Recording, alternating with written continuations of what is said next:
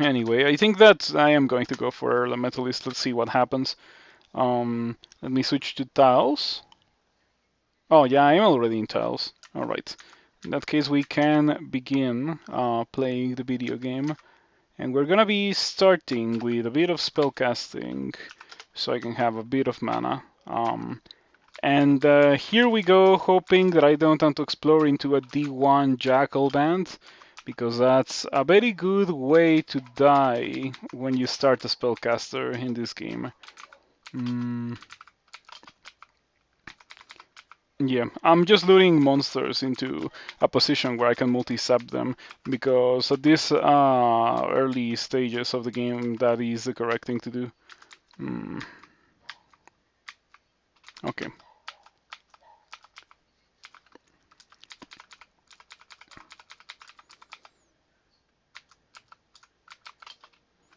There we go. Very easy. I'm actually dealing damage. I see a staff. If it's a staff of error or conjurations, we are gonna have a good game. Let's see what it is. Oh, it's actually a staff of error. That's surprising.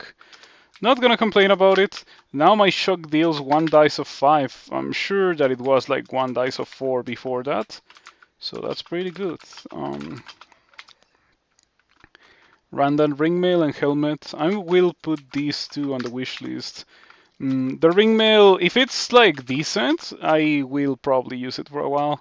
Got my first level up and my first Demonspawn mutation, and it is not really a mutation. It doesn't do anything.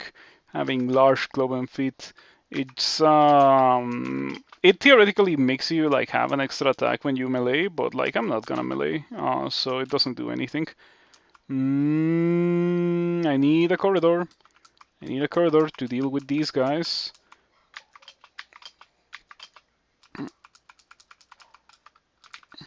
Alright, I think going for the corridor was actually the correct thing to do, because if I like stay there and try to fight them, what happens is that I run out of mana and then I just cannot kill them and then I die. A port is something that I am very much a fan of. Same goes for Static Discharge. Pretty strong spell, Static Discharge. If you have never used the Static Discharge, I recommend it, especially in the game as it is nowadays, since Static Discharge ignores evasion. Yeah, and ignoring evasion is such a big deal against some monsters. It removes one layer of randomness from an already extremely random game, and I am in favor of removing as much randomness as possible from the game. Another Staff of Error on D2, that's a bit surprising. Cannot go down those stairs, since going down some stairs into an open level is kinda really bad. I just waited for them to get closer to me, and I went for the Static Discharge, which maybe I shouldn't do since I have a 13% chance to fail. I wonder what's up with the success rates. They seem like way too low.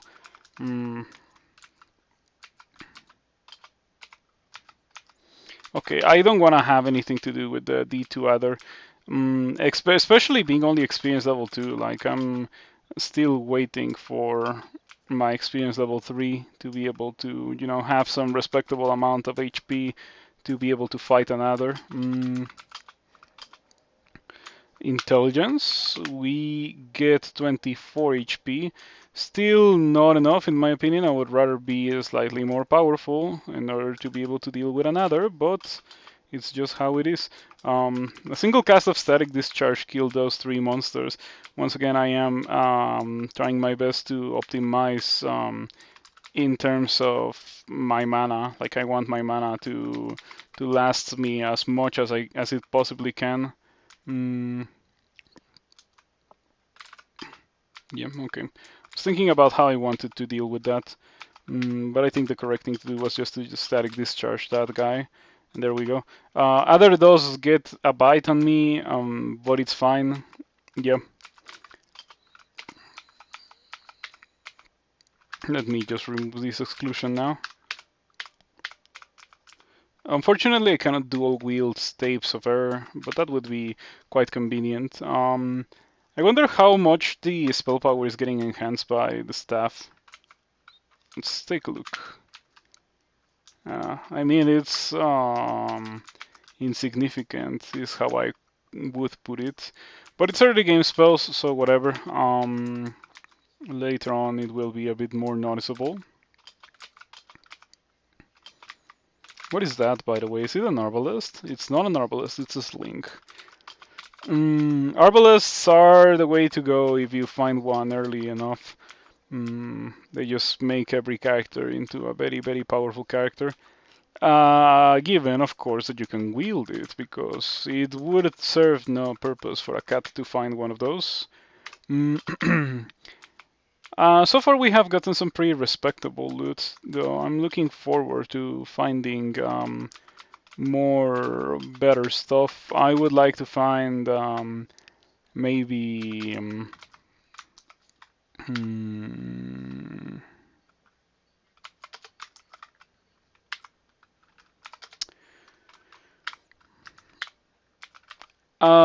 another book of like different spell school, but like not this one. I meant damaging book. That's pretty rough, and I don't have consumables. Let's see if I can read identify teleport. If I can't, I am probably gonna die here because I'm gonna get petrified by or like paralyzed by grinder. The stack of potions is curing, so I'm not gonna identify that. And we identify teleport. So give me the teleport. I'm gonna drink my curings. Oh, it was 6 mites. That's insane. All right. I got Subdued Magic, which is a really bad mutation for a spellcaster. So I'm gonna have to drink the Potion of Mutation again. I lose 10% of my mana. That's really, really bad. That's really not what I wanted to see, and not what I was expecting to receive when I drank those potions of might and those potions of well, that stack of 2 potions, I really was not expecting it to be mutation, especially this early in the game.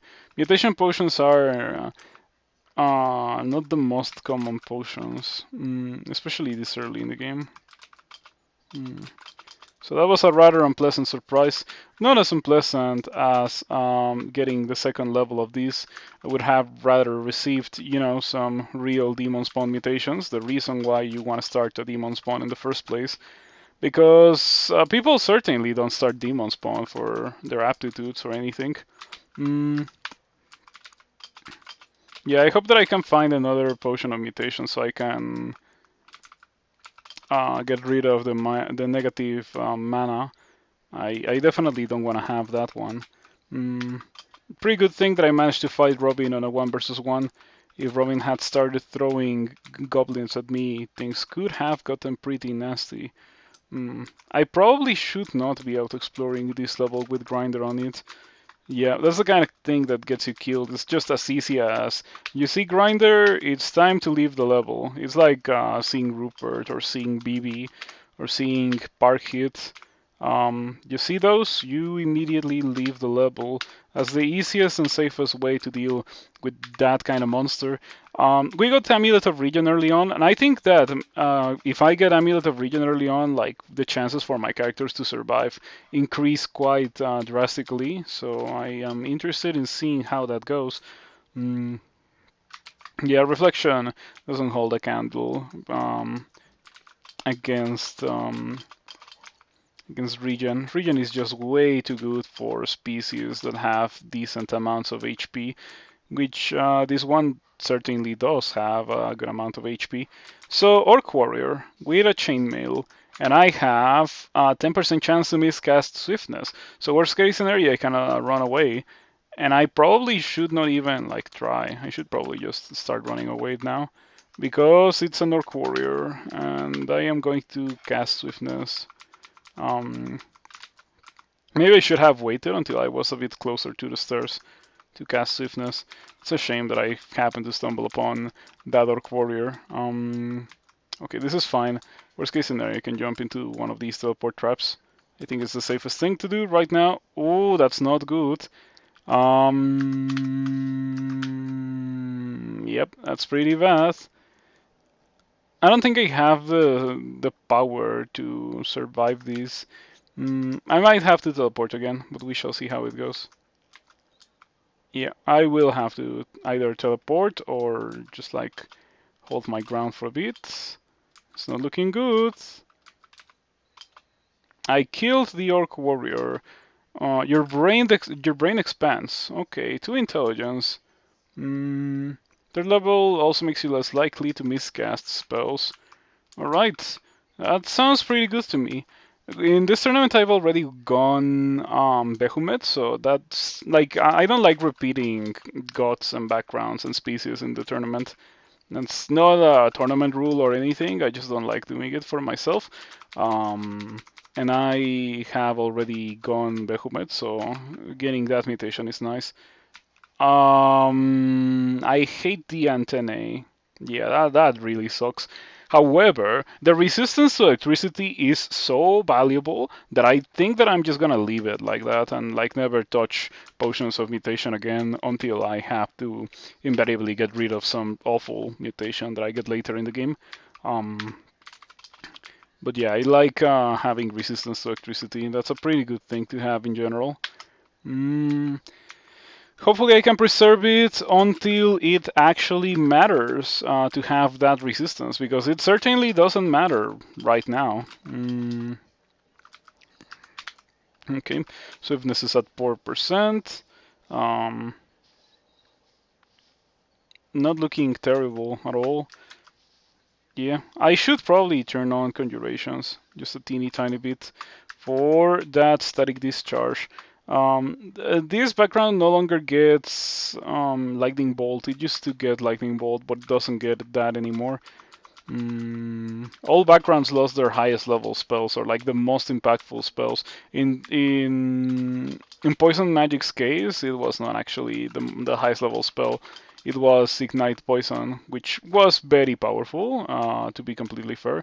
So it is perfectly understandable that the school lost a spell, but yeah, I don't know. I have to tell you that at the very least, I am not a big fan or a fan at all of having starting a crawl character and then finding like constantly situations where I just cannot do anything. Where the correct thing to do, if I wanna like live and keep fighting and keep playing the game, is to flee and not fight the things that are being presented to me. And I feel like some backgrounds, or most backgrounds to be more precise, have that issue in these versions. Everything since 0.27 has that issue, in my opinion. Mages were significantly better because they hadn't been hit with the ban hammer for a while, as the same way that melee characters were in 0.27.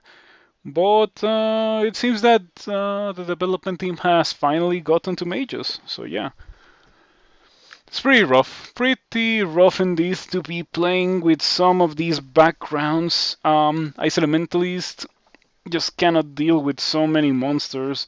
Mm, Tabbing sucks. Yeah. Anyway, you know the drill. I've already talked about it ad nauseum in this last couple of months. Let's play something else. Or like let's go for a different god. Than the ones that I've gone in the tournament. I mean, we're gonna be playing something else just yet. We'll have to wait a couple of days for that. Mm.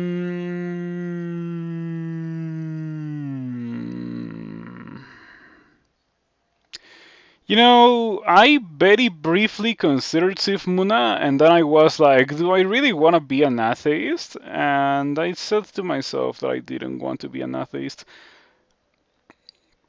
So, Demonspawn does take advantage of invocations when it comes to Sif Muna.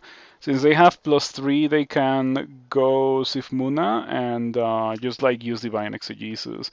Um, while at the same time having some mana, because I'm like a spellcaster after all. The correct thing to do, I think, is to go Behemoth. Like, really go Behemoth. But I don't want to go Behemoth. I don't want to go most of these gods, actually. Mm, a different player would go Ru, but I'd never go Ru. I don't like Ru one bit. I guess I'm doing the Sif Muna thing after all. Hope that it doesn't go poorly. I like Behemoth because Behemoth is like so low opportunity cost. Like you just have to go the god. You don't even have to spend any experience getting invocations or anything for Behemoth to be really really good and strong for your character. For Sifmuna is A weaker and B more expensive to get than Behemoth. So yeah, not a big fan of Sif Muna on my spellcasters, but we're doing it today. Maybe I'll be pleasantly surprised. But at the end of the day, Sif Muna's spell gifts take so long to start happening that Sif Muna's spell gifts take so long to start happening that um, okay, that multi-saps the iguana for some reason. No idea why that is, but sure. Um, Yeah, they take so long to start happening that like by the time you start getting gifts, it's not gonna be as relevant as you would like them to be. As opposed to Behemoth, where like before you even get your first pip of piety, Behemoth will most likely have already offered you your first spell, which is something really good. Because damage variety is like so powerful in Crawl, since many of the issues that I have with the backgrounds in the early game is that like they start as incomplete characters. You are okay for killing like a decent amount of stuff, not even everything, nor the vast majority of things, just like a decent amount of stuff. But you still have to run away from a lot of things because you don't have the resistance or you don't have the damage output, you don't have the resiliency. But Behemoth's level 1 spell that you will get very quickly upon worship usually fixes these. It's not a guarantee, of course. You can get something like really bad or something like that. But it has a high chance of being like a shock or a foxfire or a freeze. Like getting two of the level 1 spells is like super powerful, is what I'm trying to say. Um, I wish there was a background that started with two or three level 1 spells and nothing else. That kind of background would probably be significantly more powerful than any of the other backgrounds that currently exist in the game. Um, so yeah, that would be a nice thing to see, let me tell you. I am all up for increasing the power level of the starting kit of the characters in a meaningful way, I have to say, not in the way that it was implemented in 0.29 as a way to compensate for attacks of opportunity. I think that it is more important for players to be able to not have to rely on consumables and randomness to be able to kill things. So that means like more spells that ignore monster defenses and resistances whenever it's possible. Um, just like more powerful effects, pretty much the opposite of what was done to Frozen Ramparts is what I'm trying to say. I would like to see that. Alrighty. I'm a bit surprised that the Orc Warrior got absolutely one shot by that. A big damage from the static discharge. It's already getting quite powerful. Helps quite a bit that I got the big brain mutation as a Demonspawn. Definitely what I wanted to see being a spellcaster. Okay, we got Pickle. Pickle has Whip of Flaming. I think that we might be able to kill Pickle without a lot of complications. Just gonna wait for Pickle to get to me. Okay, I got hit for 7. I don't have to wait for Pickle to get to me. There we go. We got rid of some lemurs. They don't really matter. That's rough. Let's see if we can kill Pickle before things get truly nasty. Things are getting truly nasty. Okay, curing. I mean, at this point in the game, curing actually heals you quite a bit of HP percent wise. Like getting healed for 10 HP is like 20% of your max HP. Compared that to getting healed for 20 using a heal wounds in like SOT. It's not gonna be even 10% of your maximum HP on characters with 0 HP aptitude. Mm. Hmm. Anyway, we got my 9er magic for spellcasting. Let's make that 8. and 5 conjurations. After that, we are gonna be training probably a bit of fighting, probably a bit of armor, quite certainly a lot of invocations. So Sivmuna Piety takes quite a bit to get going. In previous tournaments, I went Sivmuna, and I never got to 6 pips of Piety. So I consider Sivmuna's Piety system to be like deeply, severely flawed. And other people like agree with me that, or like not necessarily agree with me, but have had the same experience of going Sivmuna during the tournament and just like not getting enough piety for Sivmuna to count as a winning god in the tournament, despite the fact that you went Sivmuna through the entirety of the game and won the game with Sivmuna. It still doesn't count unless you get to 6 pips of piety. Let's see if that kind of thing happens. I will try not to abuse Divine Exegesis, because that could be like a way to cause that, right? But if I have to do Divine Exegesis to not die, I will absolutely do it, because like I would like to get a win. Man, Static Discharge is such a strong spell. Are you seeing this? This is like static. There was a Kobold band here just a couple of moments ago, and it died from 2 casts of a level 2 spell in a starter book. That spell is like something else. It is one of the very few remaining spells in a starter book that is like truly a joy to use. And I say that because there's very little monsters that are actually capable of tanking it, since it ignores evasion to begin with, which is something that I am already a big fan of. It ignores evasion, so one less layer of randomness. It also hits monsters with electricity damage, which is a very rare resistance. In the early game, pretty much only gargoyles have resistance to electricity. Pretty good spell for killing bees, you're gonna see here. I am not particularly afraid of these, where I would be afraid of finding bees in the open with almost every other character just because they have so much evasion. But since I have a reliable, consistent way of actually dealing damage to them, they're not nearly as much of an issue as they would otherwise be, which is great. Big fan of that. Really, really enjoy that. I should probably play more Air Elementalist until it gets inevitably nerfed, because everything gets nerfed when I start to enjoy it. But we shall see how it goes. For now, I will just enjoy this ride. Okay, let's get some invocations. I will get like 10. It should be quick and easy to get 10, since I have +3 aptitude. In fact, yeah, your invocations skill gained 5 levels just from me killing a couple of jacks. That Inoxinol is making me like super nervous. The constant messages.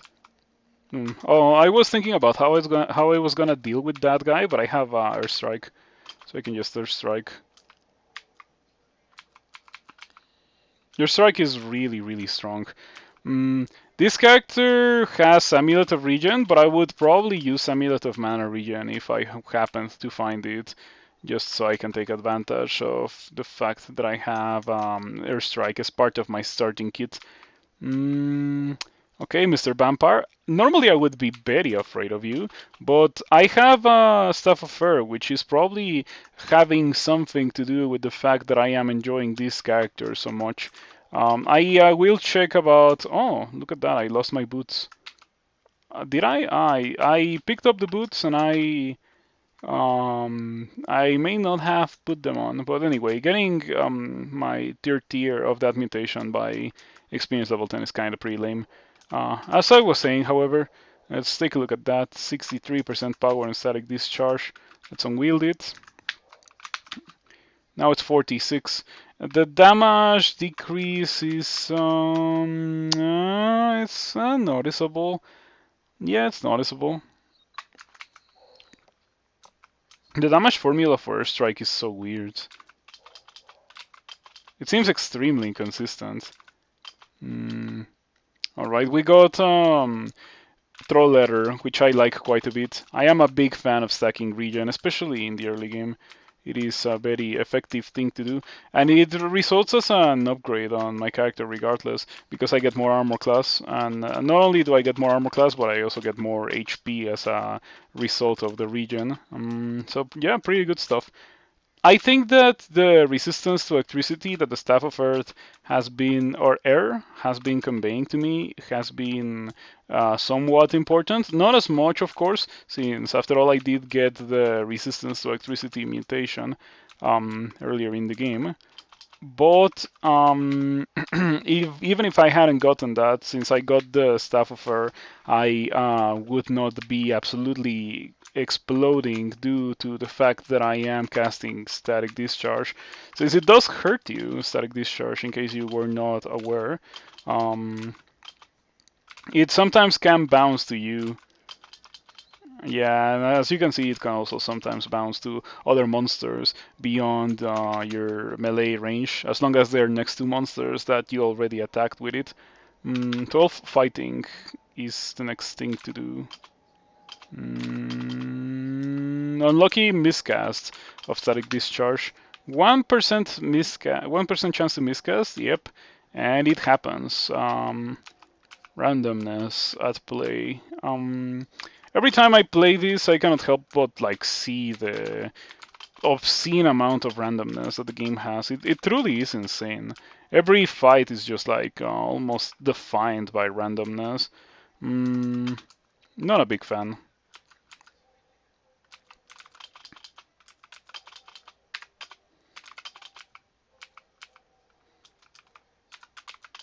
Oh yeah, like static discharge is not gonna go work if I'm next to plants. Yep. That's inconvenient, but I do have swiftness to be able to reposition. Swiftness is a pretty strong spell. Oh, ouch, that really hurt. It literally dealt half of my max HP as damage. Pretty rough. Am I dead? I might not be dead, but this is pretty bad regardless. I won't be able to get to the stairs. Time to re-teleport. Yep. Okay, we should be fine. We should be fine. There we go. I mean, not ideal, but at least I can run in this direction, and I should be fine now. Yep. Also back to full HP since I have such ridiculous amounts of regen. Finally found heal wounds. I have to re-identify some of these.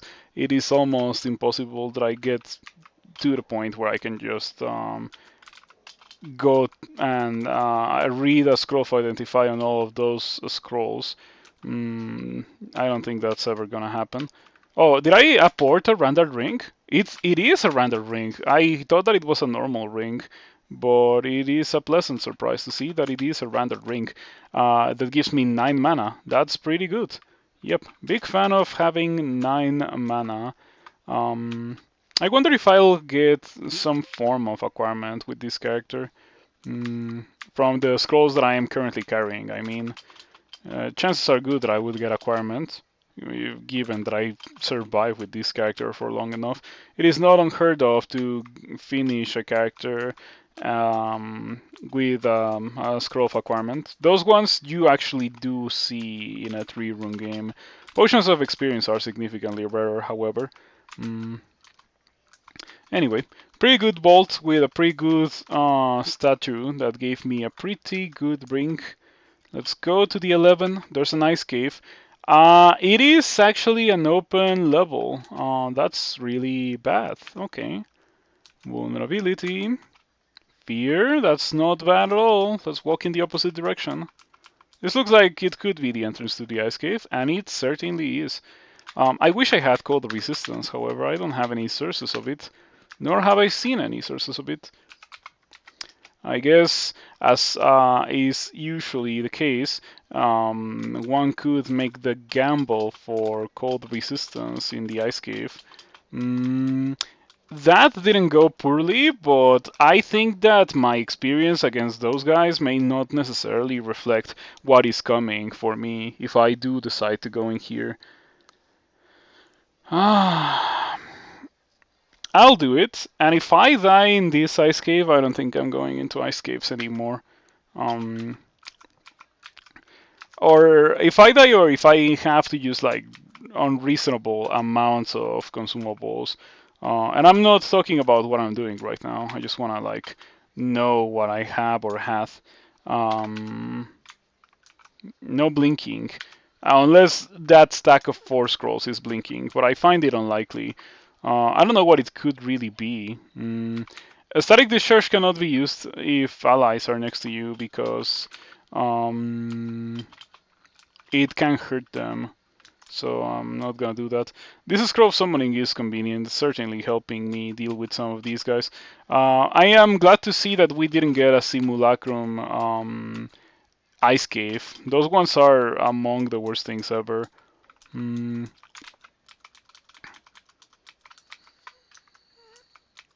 yeah, looking pretty good. Oh, white ugly thing. I can run away from it. It is very difficult for me to kill that, and it just deals way too much damage. Should I get out? I don't think that that should have been here anyway in the first place. I have 3 nets. One of mine bursts wouldn't really do the trick. Yeah, I don't even know how much damage it deals. 3 dice of 8. No, it's not gonna cut it. It has 66 HP. Yep. It can hit me for about 50 damage on its best roll. I guess I could use resistance to try to kill it. I do have enough mana to be able to kill it with static discharge. But the thing is, in order for me to be able to use a static discharge against this ugly thing, I need to be next to it. That's really my main worry. Let's do it. I did drink a potion of resistance for the main purpose of killing this guy. I'm low on HP, gonna go for heal wounds. Get a pretty good heal wounds roll because it does hit me and it freezes me, and I still regain 19 HP, so probably the roll was closer to 30. Well, that and my regen is also helping quite a bit. My regen is 1.8 HP per turn. Quite a lot of regen. Leather armor of resistance. All right, I'll sacrifice some of my regen for a brief period of time, so just so I can have the resistance. As I mentioned, the best way to get resistance is to go into the ice cave, and it did end up happening. I was not particularly surprised to see that I did get resistance. Powered by death? Powered by Death. Okay, Powered by Death is easily one of the best Demonspawn mutations in the game. In case you don't know what it does, it gives you regen that increases with the amount of things that you have killed. And it can get pretty ridiculous. It really is the best mutation that Demonspawn has. If you get to the level 3 of the mutation, it's super difficult to die. I think that level 3 also regens your mana, but I'm not sure about that. Let's see. Powered by Death. Heal. I think it's only healing. I don't think you get mana for the kills. It would be convenient to get mana, not gonna lie. Oh, you know what? I have the Sifmuna Channel Magic ability. This is exactly the occasion to use it with this kind of character. Yeah, let's go. Probably not that useful to have the resistance, considering what we're currently seeing. I think it might be the correct thing to do to go back to the troll letter for the region.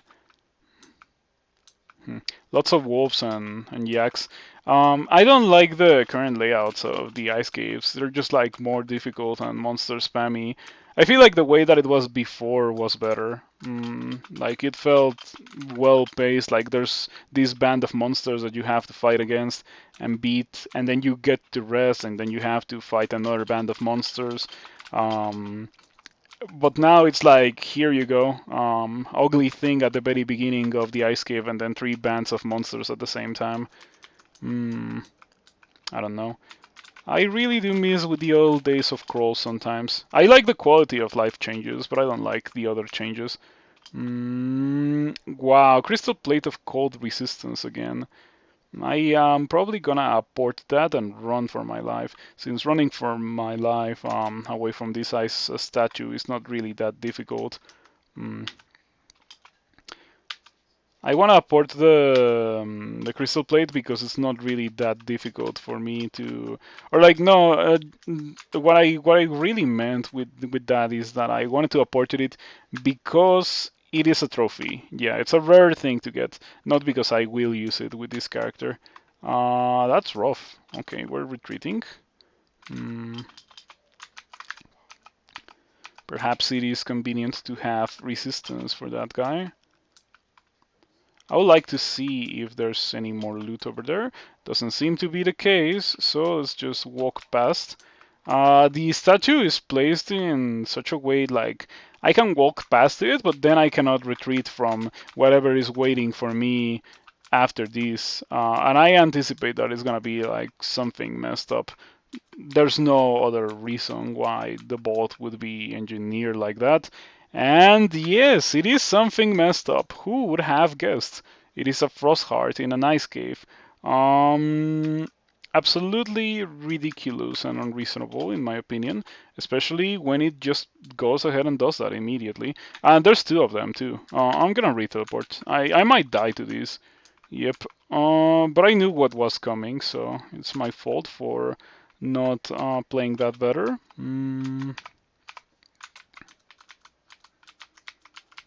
Hopefully I can fight some of those guys um, like in a 1 versus 1. I don't want to have anything to do with the Frosthearts if possible. Those guys are just like so messed up. They are bolts enemies, and in bolts they're messed up enemies. So like right now at this point in the game, it's just unreasonable for them to generate. But that's just how crawl is nowadays. The layout is also designed in such a way that like the frost cards can just destroy you because they ruin you if you're next to walls, and the layout is just like walls and nothing more than walls, like corridors. Normally, corridors would be your friends, but not versus those guys. Why are these guys catching up to me? Huh. They're not giant, are they? Why are they catching up to me then? Oh, attacks of opportunity. That's why they're catching up to me. Unfortunate. Yeah, obviously the Death Jacks are also really bad, but not as ridiculous as the Frostheart. Hopefully that's it for the Death Jacks, however. I really don't want to deal with a lot of them. And there we go. We have Frostheart number 1.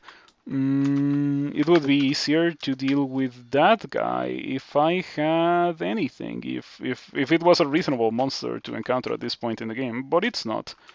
It is not, and by extension, I don't have anything that I can really do against it.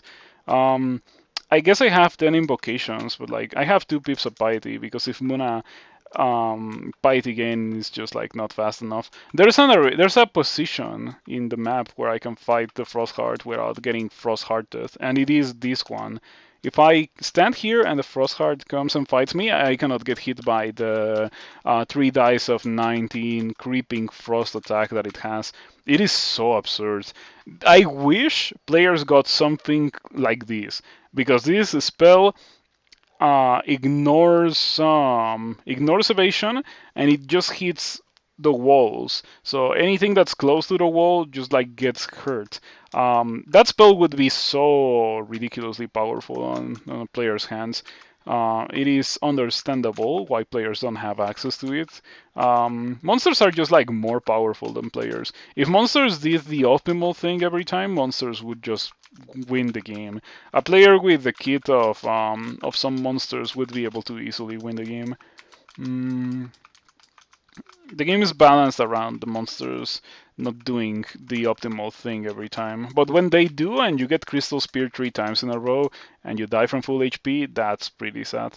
Okay. I am probably dead here because I decided to walk and I found the Frostheart, and it's hurting me. It's hurting me quite a bit. Yep, it's hurting me quite a bit. Okay, I didn't die, so I'm just gonna rest to full HP here and give it a try again. when I am at full HP.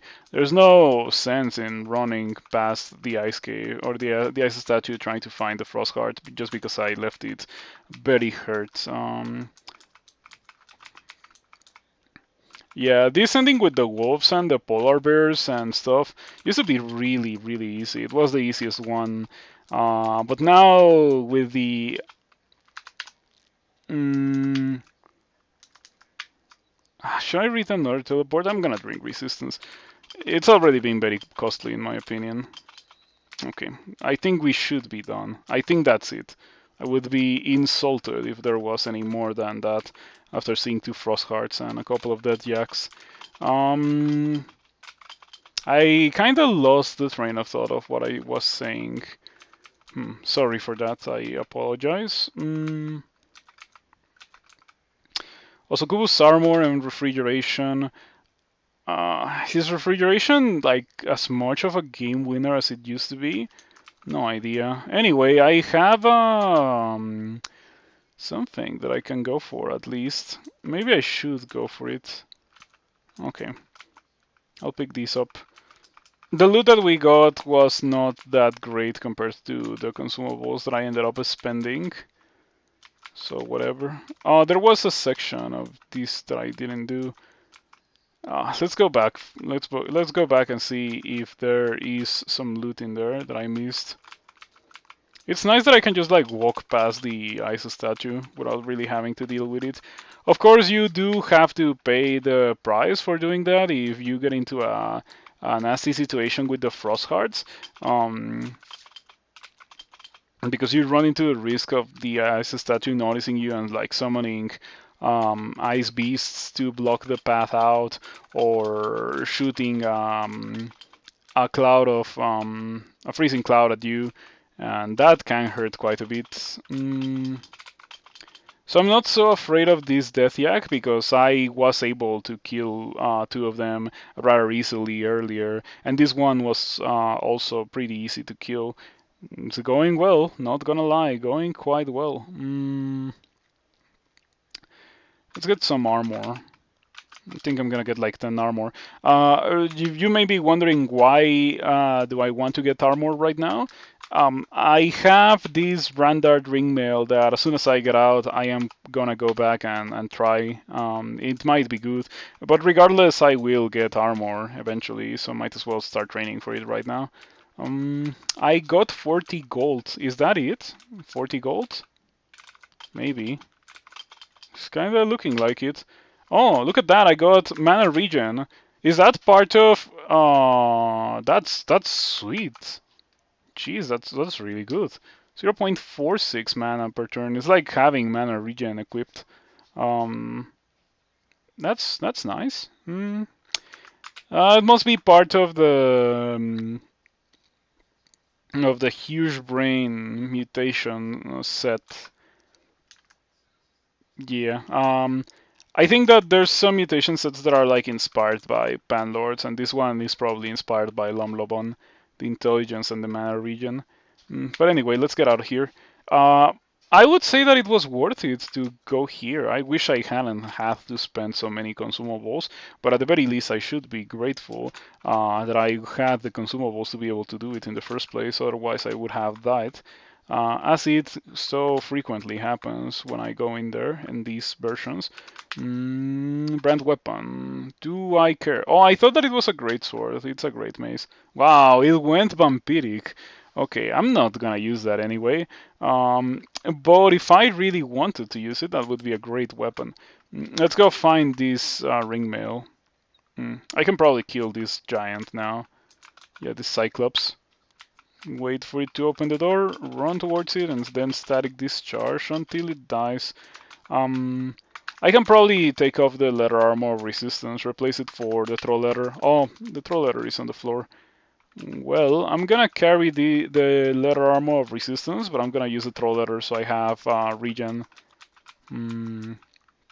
Because I value regen a bit more than I value having the fire and cold resistance at this point in the game, and the one armor class too. Okay, that's a good warning. It would have left there. Let's go ahead and get that thing on D1. It better be good. Mm. Oh, this level had grinder, right? I can probably do that level now. Okay, I don't care about the helmet anymore, obviously, since I got antennae. 2 pips of cold resistance. That would have been useful earlier. It's not that great. I mean, it would have been incredible for the ice cave, but we just got done with that, so whatever. Let's go back to the 11. I do not regret buying it because on rare occasions you get like some really, really incredible ring mails. I had one occasion where I got like a +9 ring mail, and I used that for I think the entirety of the game. I'm not sure. Mm, okay, wonder where Grinder went. Uh, oh, I put on the letter armor of resistance instead of the throw letter. Let me go up to D2, put this on, go back down, continue. I need Grinder to get over here. Grinder must not fly if it got caught there. I will ignore Grinder then. Oh, I had forgotten about this, but this is fine. It's not an issue anymore. This is a kind of funny situation for the developer that would get the player killed. Not that funny when it gets you killed. Go D11. I got something from doing that. I got a scroll of Fogu. Alright, so no butterflies. Butterflies is pretty good, especially with what I currently have with like an Elementalist. Butterflies is fantastic since you can butterfly and then you can cast Airstrike. Talking about casting Airstrike. Yep, good damage on Airstrike. Does it still have the thing where it does more damage to targets surrounded by empty space? The description says that it does, so I am inclined to believe it. 3 raids leads me to believe that I am about to fight Josephine. Unless this is like some weird level generation. This is probably Josephine's band. And there she is, with a +3 Dagger of Pain that I don't particularly care about. Airstrike is such a good spell. Now that I have Mana Regen, like, all that's left for me to do is to find the Mana Regen mutation from... or like, not the mutation, sorry. I have to find Mana Regen, the item, the amulet of Mana Regen. If I find that, the game will change very drastically for the better. You know what's really scary? A Centaur Warrior Simulacrum. It is so scary, in fact, that I will go downstairs to rest to full mana and then come back up. Harold's Wand of Roots. It's okay, but it's not as much of a necessity for me. Regardless, I can probably just like get over here or get over here. That's fine. And then we can just kill Harold like that. Airstrike is a good mid game, but it falls off hard late game. Oh, it's pretty. Yeah, like it's a level 4 starting book spell after all. You cannot really expect it to last the whole game. By design, that would be bad, according to developers. They don't want your starting kit as a spellcaster to be functional the entirety of the game. Devs want you to pick up stuff from the floor and adapt. And in theory, that's like a good thing, right? Like, I agree. But in practice, what's gonna happen is that you're not gonna find anything. And then you're gonna be miserable because your starting kit is just not enough. And then you're gonna die. I wish it wasn't the case, but it's just how it is.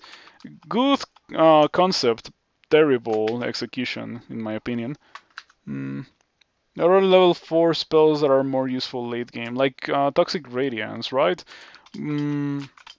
Toxic Radiance is definitely the first one that comes to mind as a level 4 spell that is like really strong. Okay. Glad that didn't banish me. I think it has like a really, really low chance of banishing, but it can still happen regardless. I got turned into a bat. I didn't know that Psyche had that polymorph, 39%. Alright, that's pretty scary. I am going to proceed to run for my life, since I got turned into a bat. And bats are pretty good at running for their lives. Prism. I don't like Prism. I mean, I guess Prism is good, but I still don't like Prism. Whenever possible, I'll try not to use Prism. You can now call upon Sif Muna to cast any spell from your library. Well, it's a good thing that I already have a teeny tiny bit of invocations, so I can do that. Well, not really yet, but I'll be able to do that soon. Maybe I should train more invocations. 15. After all, I do have the Demonspawn invocations aptitude, which is like one of the best aptitudes of anything in the game. I can probably kill Psyche, but it's rather unsafe. If I had read magic mapping in this level, and I had seen this room with the portal and this little empty arc of ancient stone over here, I would have guessed that the ice cave was this. So I guess I'm glad that I just like stumbled upon the ice cave immediately upon entering the level, since the level layout is the most difficult level layout in the game. It's like huge rhombus. Worst level layout to find in any given run. It greatly increases your chances of dying since it's so difficult. Psyche was alone now, so 2 airstrikes was enough to get the job done. Enchant weapon. I still have not found blinking. I suspect that that stack of 3 scrolls is blinking, and I will read identify on those. I would like to be pleasantly surprised and see that it is acquirement or something, but I don't think it's gonna be the case. Yeah, I'm not saying that Prism is bad. I just like just saying that I would prefer not to use it in any given situation. I will use it if I really have to, but even on something like a Conjurer, I don't learn it. I only learn it if I'm like, okay, this character is like garbage and it really needs some extra help. But normally I just kill things with Mystic Blast, since Mystic Blast is just like a faster thing to do. My Deep Elf that I played the other day had it found Stone Arrow not so early into the game, but also not so late. But before Stone Arrow, I was using Mystic Blast. Of course, finding Stone Arrow was a big upgrade for my mana, because it allowed me to not run out of mana so quickly whenever I was fighting anything. Yeah, really looking forward to finding mana regen. Okay, Scrolls of Blinking? I think it is. Oh, I can't believe it. It actually is 3 Scrolls of Acquirement.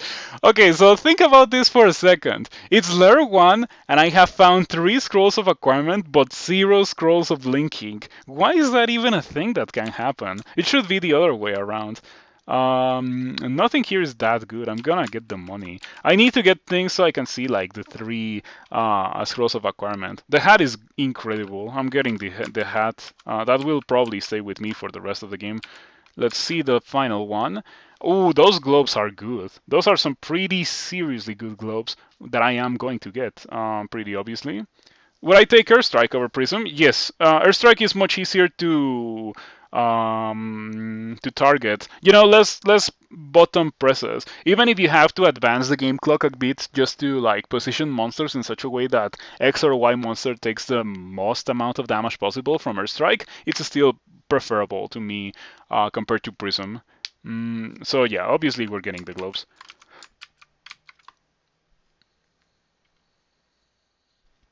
It's not a matter of playing in console or not. It's just like too many button presses. I guess that if you were playing with like a mouse, it would probably be more convenient and comfortable to be using spells like that. But like this game is not really designed to be playing with a mouse. Not only that, but I've also like I play online, so that would never work for me. Playing with a mouse. I think that I'm not picking up Tin of Tremor Stones. I think that I intentionally have to go and pick up Tin of Tremor Stones. That's definitely something wrong with my RC file that I would like to fix, since Tin of Tremor Stones is one of the most powerful items that you can find in the game.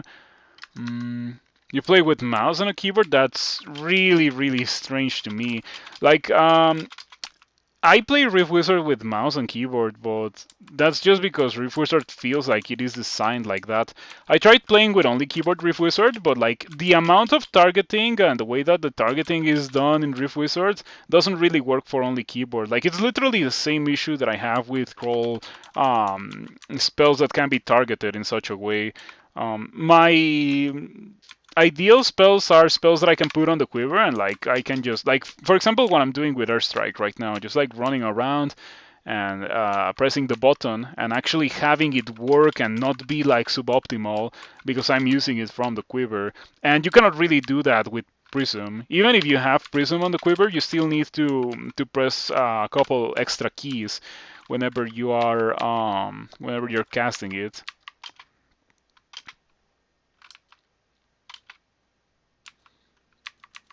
Yeah, in Rift Wizard, I also use the mouse for moving, and like, Rift Wizard can probably be played exclusively with,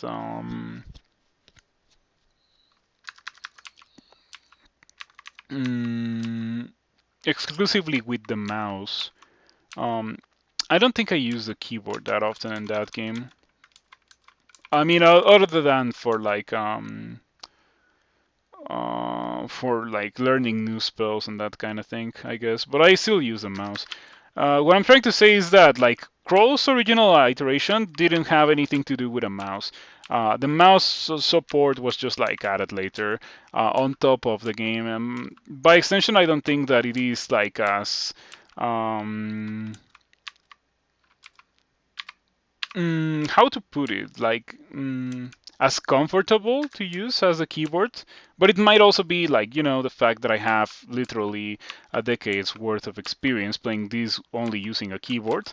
That might have something to do with it. On the other hand, Rift Wizard, I've been playing Rift Wizard day one with mouse and keyboard, and it works very well in that game, especially with the amount of targeting, as I already mentioned. So that's why I think Crawl is like moving away from the targeting as it used to have. Like, Crawl used to have a lot of bolt of fire, bolt of cold kind of things that needed to be precisely targeted every time. I know there's like a snapping turtle or something ridiculous on the other side of that door, so I don't want to do it right now.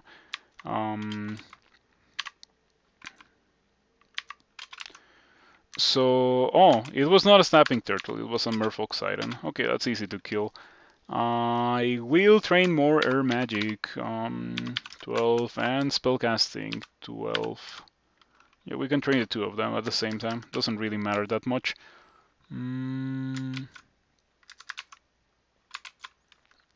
So yeah, I think that if I, that reminds me of something else that I wanted to say regarding. By the way, this is a really, really good book. That reminds me of something else that I wanted to say regarding mouse and crawl. I don't think mouse and crawl works that well because, like, I like to play relatively quickly, right? In Rift Wizard, it kind of works to like be slow and like have precise targeting because even playing like that, the game lasts like 2 hours.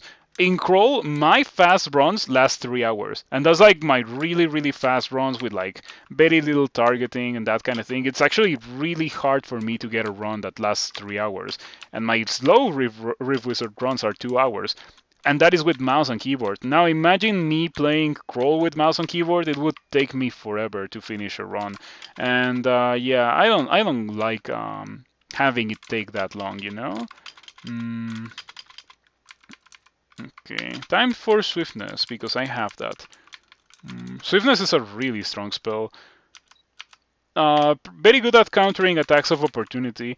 Attacks of opportunity are leaving in 0.30, which is something that I personally celebrate quite a bit. But should I take that off? Whatever. Not like I'm getting meleeed a lot anyway. But still, they were here for a version, and in this version, they made swiftness shine quite a bit. Scale mail. Attacks of opportunity are out already. Yeah. I wish they have never made it to a stable version because the reason why they were removed are pretty much the same things that I've been saying about attacks of opportunity ever since they were implemented. Um, but for some reason the developers wanted to have them in a version, in a stable version. Probably a bit too much work to be just wasted, and it was decided that it would be better to be immortalized, for it to be immortalized in like a stable version, which is all right. But I don't know. I'm just glad that they're getting out of the game because I never really liked them. Um, It's just like one thing on top of many other things about the game right now that I am not particularly a fan of.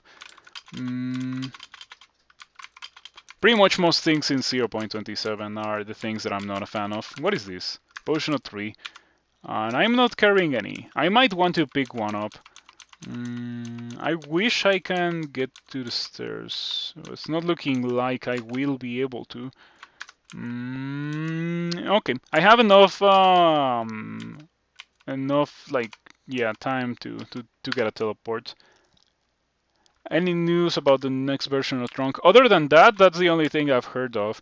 We I don't really like Crawl as it is right now, and by extension, I don't feel particularly interested in taking a look at things Crawl related. I haven't really been hanging in the Crawl Discord as much as I used to in the good old days.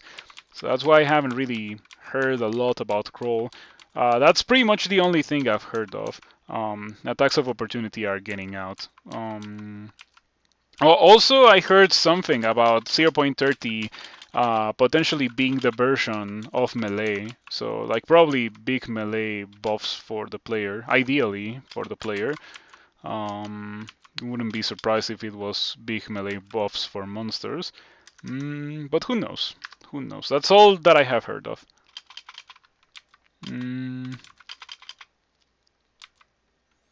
Yeah, I think that melee has been in a pretty rough spot for a couple of versions.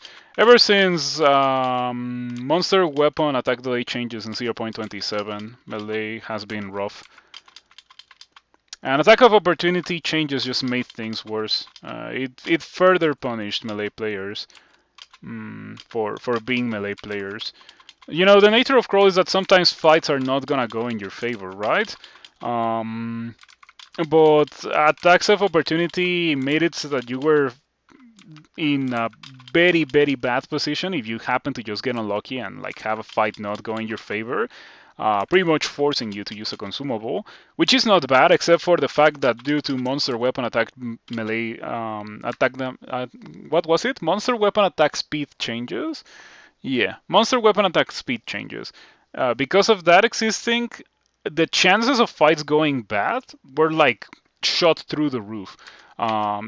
Before being a melee character was like rather easy. You were in the right to expect to be able to beat like monsters whenever you encounter them, unless they were like something obviously ridiculous. But as it is right now, a single null with a halberd can reasonably beat you if you have 40 HP, let alone an ogre. So yeah, like that's just feels bad for melee in my opinion. Hopefully that gets remediated soon, because I consider that to be like something that's bad and should be fixed about the game.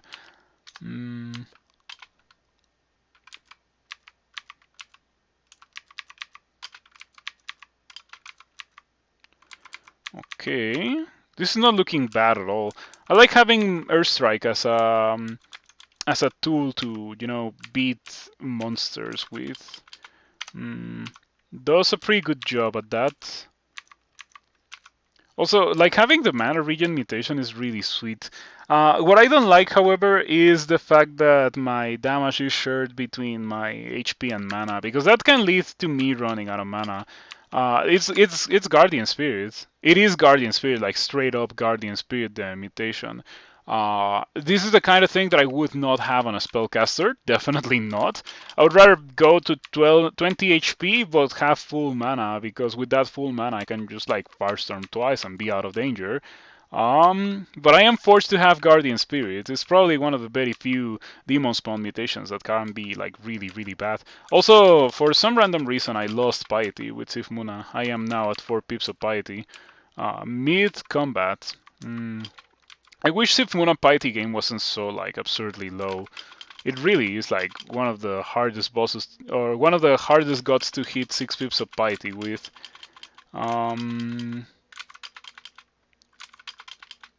Alright, let's see how long it takes me for me to get to 5 pips of Piety again. I lost the Piety due to decay, due to Piety decay, and I've been like killing things left and right, and I still cannot recover my fifth pip of Piety.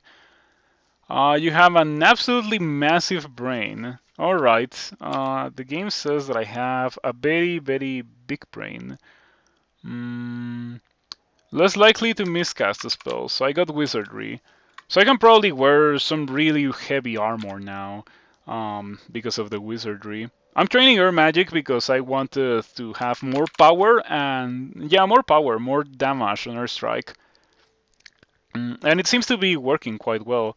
Hopefully later on I'll get like some really strong spells. I could go for Chain Lightning now that I think about it. I have Permanent Wizardry.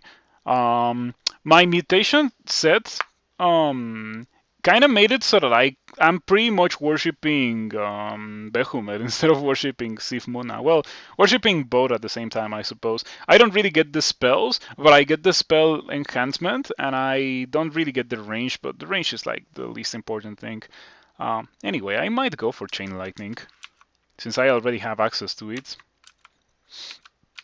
And it's not like only training Air Magic will be like a bad thing for me.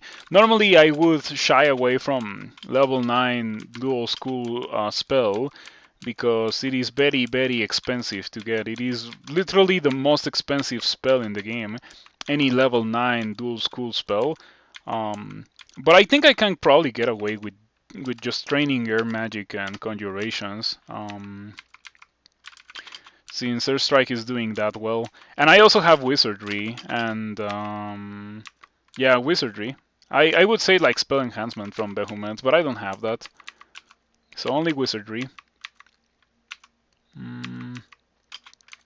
Hopefully I'll find an Amulet of Mana Regen. I really want to find that. Let me take a look at my character sheet. Yeah, those acquirements were amazing. 5 resistance, cold resistance, 6 intelligence, willpower, and a bit of money. But I still have not found Scrolls of Blinking. Is this gonna be blinking? It is, okay. I have willpower, so you shouldn't be able to banish me. 17%. Better not play with fire, I suppose. Okay. I'm just gonna airstrike until it dies. Yeah, I was trying to position the wizard in such a way that it would like take maximum damage, but by doing so, I'm just giving it extra turns so it can banish me, which is not the safest thing to do, nor the smartest. I'm gonna go for channel magic. Using mana or using piety with Sif Muna feels like a bad thing. Oh, you're immune to electricity. Resistant to electricity. In that case, does Static Discharge not work against things that have resistance? Doesn't say anything about that, but it does say that it ignores armor class. Okay, that explains why I like Static Discharge that much. No, it ignores armor class and it ignores evasion. Don't tell the devs about it, because it would inevitably get removed or reworked in some way. The same way that Frozen Ramparts had that happen to it. And I like Static Discharge quite a bit, so yeah. Better not tell anything to anyone.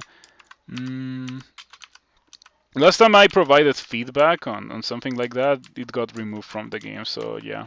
Don't talking about those things. I got a decent bit of money. Right now it doesn't really do anything to get that money, but it is all right. It will be useful later. Hopefully in Nork. Alrighty. Let's go do Orc. Yeah, I could go do D12, but I think that I'm just like fine doing Orc. It would be funny if I went to Orc too and I got like my mana regen or so, and then I went to D12 and I found mana regen on the floor. That would be funny. Hopefully that won't happen, but I would find it somewhat funny. You gain some respect for static discharge when it clears half of the swarm of dudes clogging spider entrance. Oh yeah, like it sounds pretty good for that purpose. Spiders have high evasion, low armor, low HP, so they should die really, really easily with static discharge. It helps quite a bit too that I have extra spell power on it since I have Staff of Air, and I also have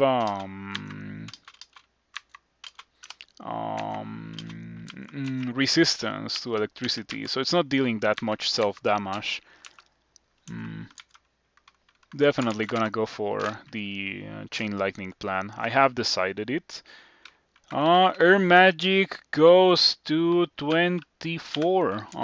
That's about as much as I calculate is gonna need Chain Lightning. Same goes for Conjurations, since after all I am a Demonspawn. And I'll continue training spellcasting until I hit 12. I like my mana, like I have 38 mana. I do have an item that gives me mana, but regardless of that, I like my 38 mana. I wonder if I should wear the leather armor of resistance instead of the troll leather. I will do that actually. We can drop this and we can wear this.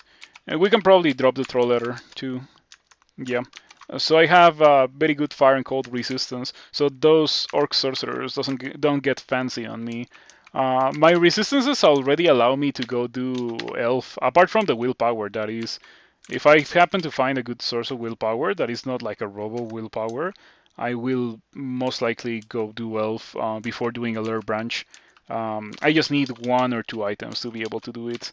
So fingers crossed. I love doing elf before doing lure branches, by the way, because it just like almost guarantees that lure branches are gonna be significantly easier than normal. Normally, I think of them as easily one of the worst and most difficult parts of the game. But if I do elf before doing lure branches, they just become so much easier.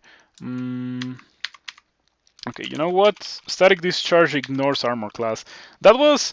How many casts of Earthstrike was that? I cast it like 4 times against this Orc Knight. And it got it to heavily wounded. And then from heavily wounded to dead in a single cast of static discharge. That's why I like spells that ignore monster armor class, because monster armor class has such a ridiculous impact on monster survivability. You would expect the higher level spell to deal more damage to a monster regardless of its armor, despite like even sorry, I kind of lost my train of thought there. Like I cast Airstrike multiple times, right? So you would expect that the monster would die from multiple casts of Airstrike compared to a single cast of a level 2 spell, but it was not the case. And my complaint is not so much that the level 2 spell is too powerful, it's more like the level 4 spell is kinda too weak because it doesn't ignore a monster armor class, because monster armor class is kind of insane. That's what I'm trying to say here. Gonna buy these, gonna buy these. I got pearl scales too, I could buy those. I certainly have the money to buy them. Found attraction, not bad.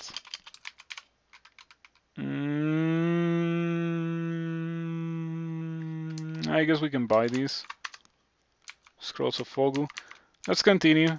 This lets me go into Pandemonium, but in this tournament I've already gotten the that banner, the one that you get for 6 runes before entering depths, so I don't have to do it, and I will most likely not do it in this game because I don't really get anything for doing it.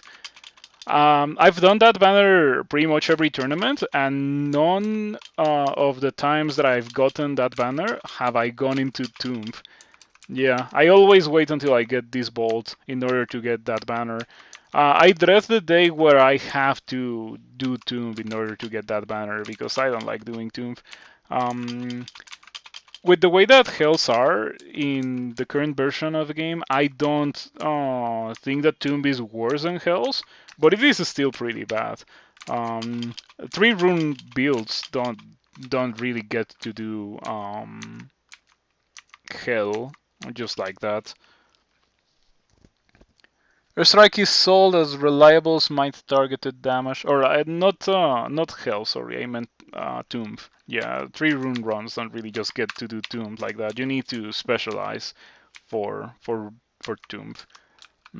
As reliable smite targeted damage, and it is, but the amount of damage can be questionable. Yeah, you can get hit you can hit the monsters for like 2 or 3 damage, especially if the monsters have any amount of armor class, which is often the case with monsters like Orc Knights. Those monsters are much more easily killed with something like Static Discharge. Mm, I think that all backgrounds should have a spell that doesn't really deal that much damage, but completely ignores monster defenses, like armor class, evasion, and shield. So you can have some degree of reliability to be able to deal with monsters that excel in some of those categories. Like for example, how many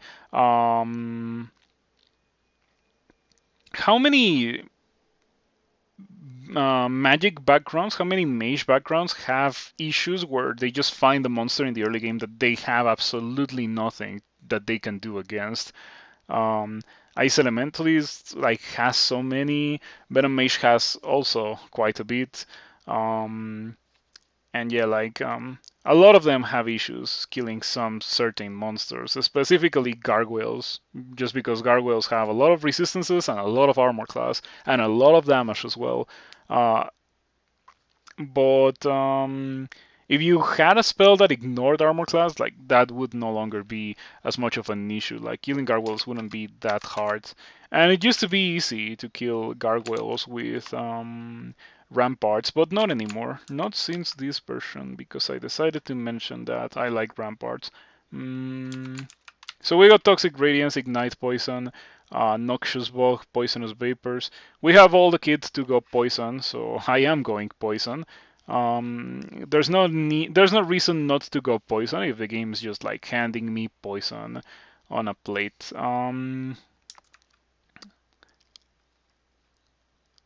Yeah, I think I'll hold on to getting Noxious Bog, since Noxious Bog is a bit more expensive. Level 6 dual school.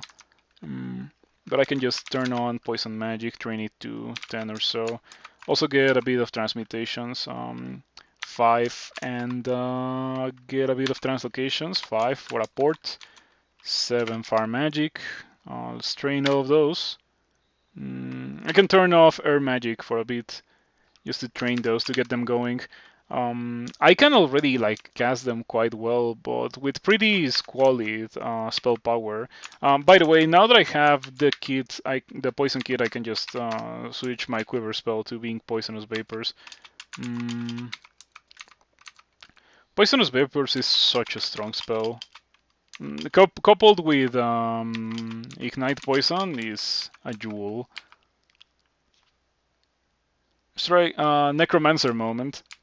Necromancer moment, definitely. Like I don't really get why they don't start with Dispel Undead. I feel like they just don't start with Dispel Undead to make players suffer.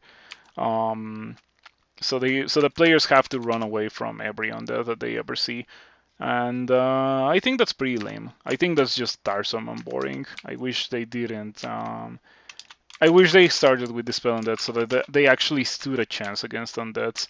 Mm, it also makes sense that a necromancer has understanding of undead monsters, so you dispel them, right? I think that once upon a time Necromancer did start with dispel undead, but not anymore. Um, Anyway, we're done with Orc. Let's go back to the dungeon. Pyromancer. We have not really gotten any more upgrades for my character's gear. As I mentioned, I kind of want, if possible, a little bit of resistance to negative. My third pip of willpower would be delightful for the purposes of going to elf, because I really, really want to go do elf before doing a lair branch. I love doing that.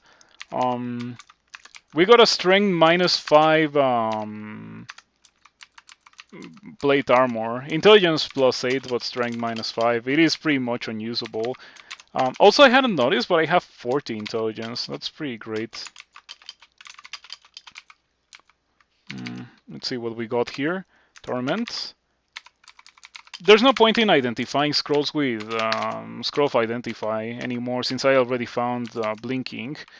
But I also don't have many other things that I would like to spend identify on, so whatever. Skeletal warriors are resistant to electricity. They are not. And static discharge ignores monster armor class, something that skeletal warriors happen to have a lot of. So let's give this a try. Oh boy, that's good. Like, that's the impact of having a spell that ignores defenses. It is that great. Bless whoever dev decided to make spells that ignore monster resistances or monster defenses. That's just like the greatest thing ever. I got shafted down, but then I just kind of speed ran all the way up here. Not bad at all. Got shafted 3 floors to D15 and I immediately went back up. Yep, I don't know if you have noticed, but I'm really struggling to get past the 5 pips of piety barrier. Like, I get to 5 pips of piety, Sifmuna gives me a book, and then I immediately go down to 4 pips of piety. Not the greatest thing ever.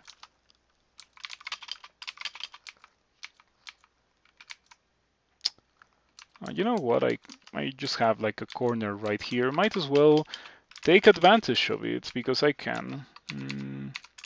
This character has been surprisingly pleasant. It has not everything. No, it's not like the Depot, where the Depot like had such an incredible set of gear for like the entirety of the game. There were very little upgrades. There were some upgrades, but they were rather minor. The upgrades came more in the form of spells for the Depot. This character has pretty good resistances already, pretty good spells. I like the fact that I have so much intelligence. Looking forward to hopefully eventually replacing that ring of 6 strength with another ring of 6 intelligence, maybe. But yeah, this is looking pretty good. I wish all crawl characters were like this. Sometimes the game tightens its grip on the player a bit too much for my liking. What's the airstrike button? Alrighty, we are getting intelligence. You feel your life force and your magic essence melt. I think that we have like an insane spell set for doing cigarettes. I have to ask K9 because K9 is like the cigarette specialist. I don't know anything about doing a lot of cigarettes, nor do I care to know, to be completely honest. But the way that this is looking, it reminds me of characters that K9 has previously described. It has mana regen, it has this mutation that I just got. When low on magic, you restore magic in place of health, which is incredible with Powered by Death, right?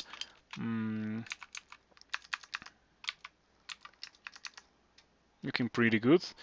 This might be the first occasion where like I feel like I cannot really kill something well enough, but it shouldn't be an issue. I still have Static Discharge. Static Discharge, am I right? Such a good spell. So if I understand this correctly, Powered by Death should make my mana regen like super fast. Next time that I am in a situation where that can trigger, I'll make sure to check.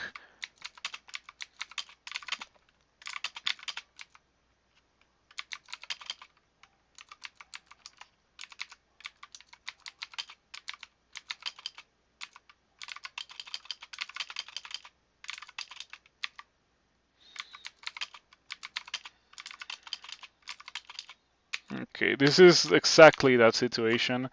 HP regen 3 per turn, mana regen 0.54 per turn.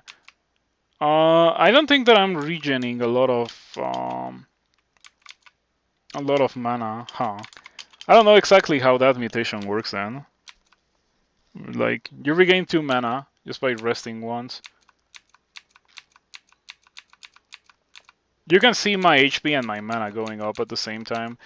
I assume that the mutation just moves my natural HP regen to my mana, but like still leaves me with the regen from the amulet or something along those lines. Must be weird like that. 1/1, like 2 mana back per turn. I mean, it doesn't really. I have no idea how it works. It very clearly doesn't work like I thought it was going to. Is what I'm trying to say here. What is this guy made of? It's just getting pretty good rolls. Wow. Okay. Static Discharge has been proving to be a great spell. I have to tell you that.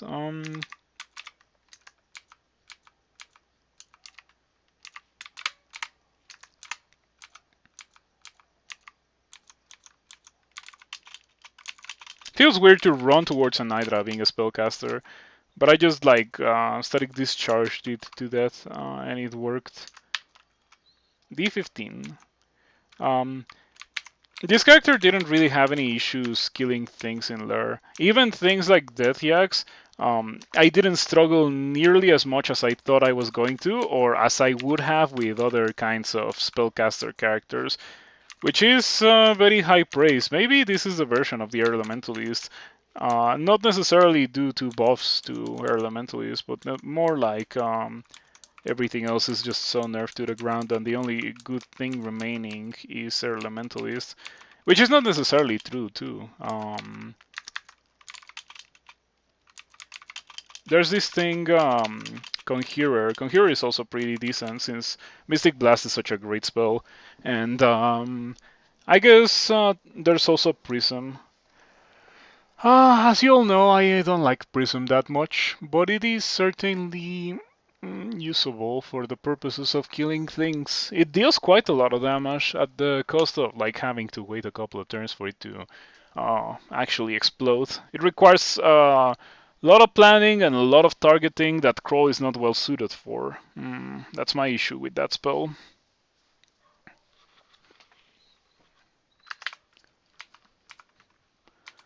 Alrighty. It feels great to be able to actually fight Skeletal Warriors.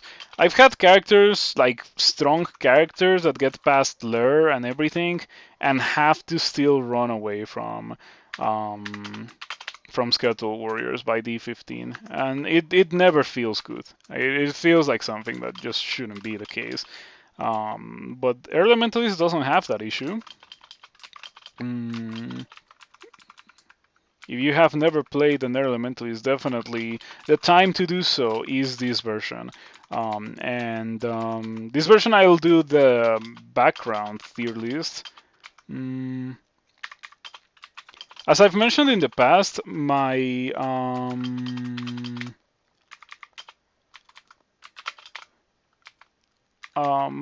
objective with the tier lists is to accurately transmit what I personally think about things. It's not like obviously not set in stone. It's not like objective. It definitely has never been objective. So do keep that in mind. I'll try to remember to mention that at the beginning of my round of tier lists this version. For people to be aware of. Anyway, we didn't really find anything other than some pretty strong spells. The spells that I have allow me to do Elf. I think the only way for me to not be able to kill any Elf is for that Elf to have poison resistance and resistance to electricity. It needs to have the two of them. And even then, I could theoretically airstrike it to death, but in practice, that's something that I would rather not do, especially against such high danger enemies as deep elves. I'm gonna try to go do to go do elf before lair branches, since I absolutely despise lair branches, and I will actively try to stay away from them whenever possible. Mm,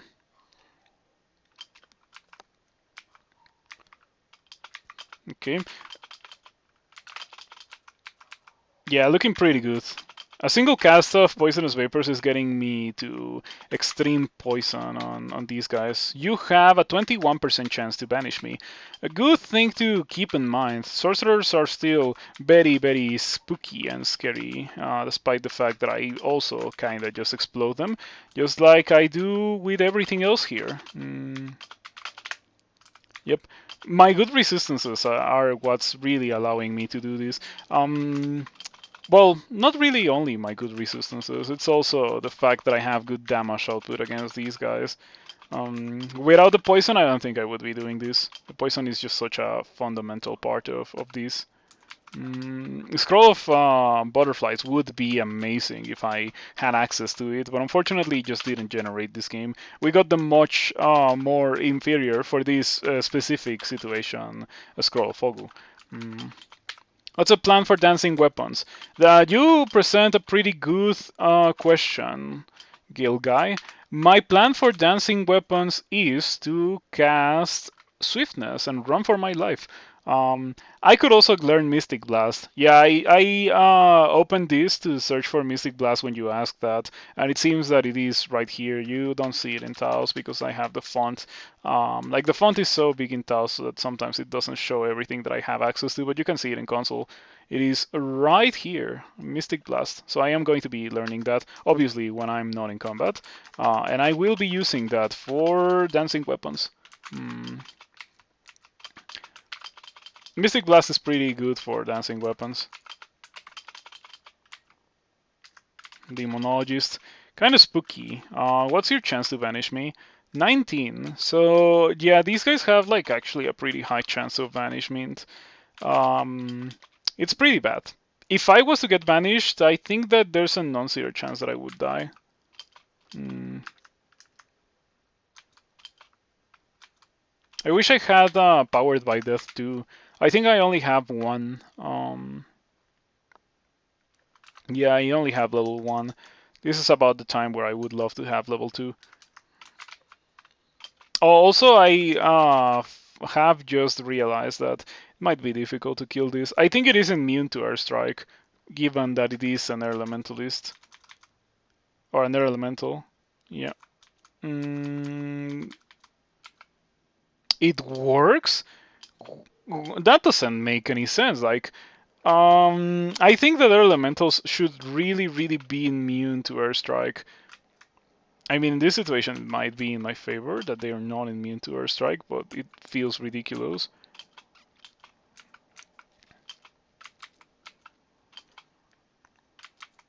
Hmm. Okay, I got rid of the elemental.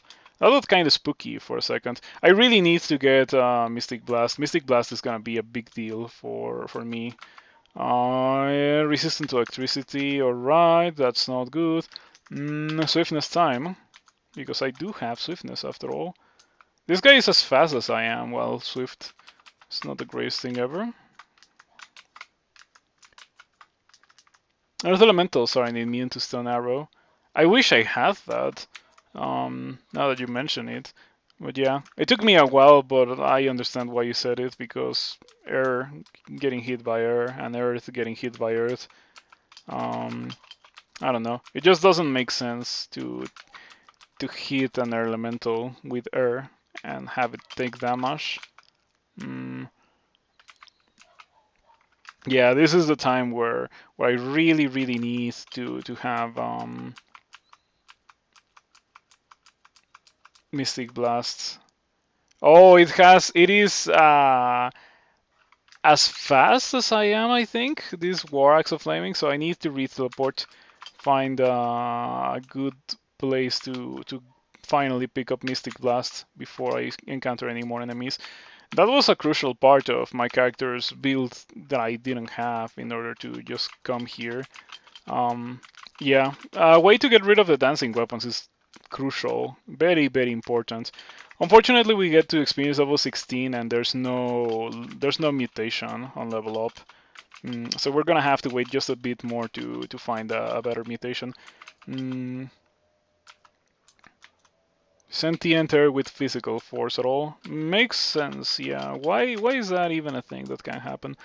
Mm, And it even happens in games like NetHack, which would definitely embrace that kind of thinking and be like, oh yeah, you cannot kill this. You just have to deal with it in some way.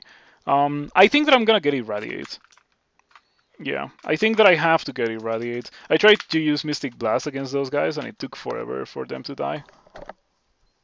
Try to use it against a dancing weapon is what I meant. Hmm. There was an exploration trap on top of this book. Well, it's not really on top of the book, but you know what I meant. Pretty nasty. Mm. Talk about the devil. We got an earth elemental right here that I am not qualified to fight against. Definitely not if it has any kind of support. You know, it's funny how I've seen already sorcerers and demonologists and stuff, but the elementals are the scary thing. The elementals in general, since they are all immune to electricity, I think. Mm. Hmm. Oh yeah, conjurations. No wonder it's not dealing damage. I only have 5 conjurations. Maybe 10 armor? Should I worry about that too much? Doing this with 13, 12 defenses is kind of bold, but I think that I am okay doing this regardless. It shouldn't really be the end of the world. How much damage did that deal? 3 dice of 22. Irradiate got very severely nerfed in this version. It used to be that it actually dealt pretty good damage, but it doesn't really do that anymore, which is a shame. Still good enough to kill dancing weapons, since dancing weapons are not particularly the paragon of robustness in terms of HP. They're just pretty tanky because they have good armor class, good evasion, and good resistances. So, yep, just as I mentioned earlier, it would certainly be delightful if there was a spell that ignored monster armor class and evasion and directly attacked the monster's weakness, which is its HP. But since there's nothing like that, dancing weapons are kind of overpowered. Mm.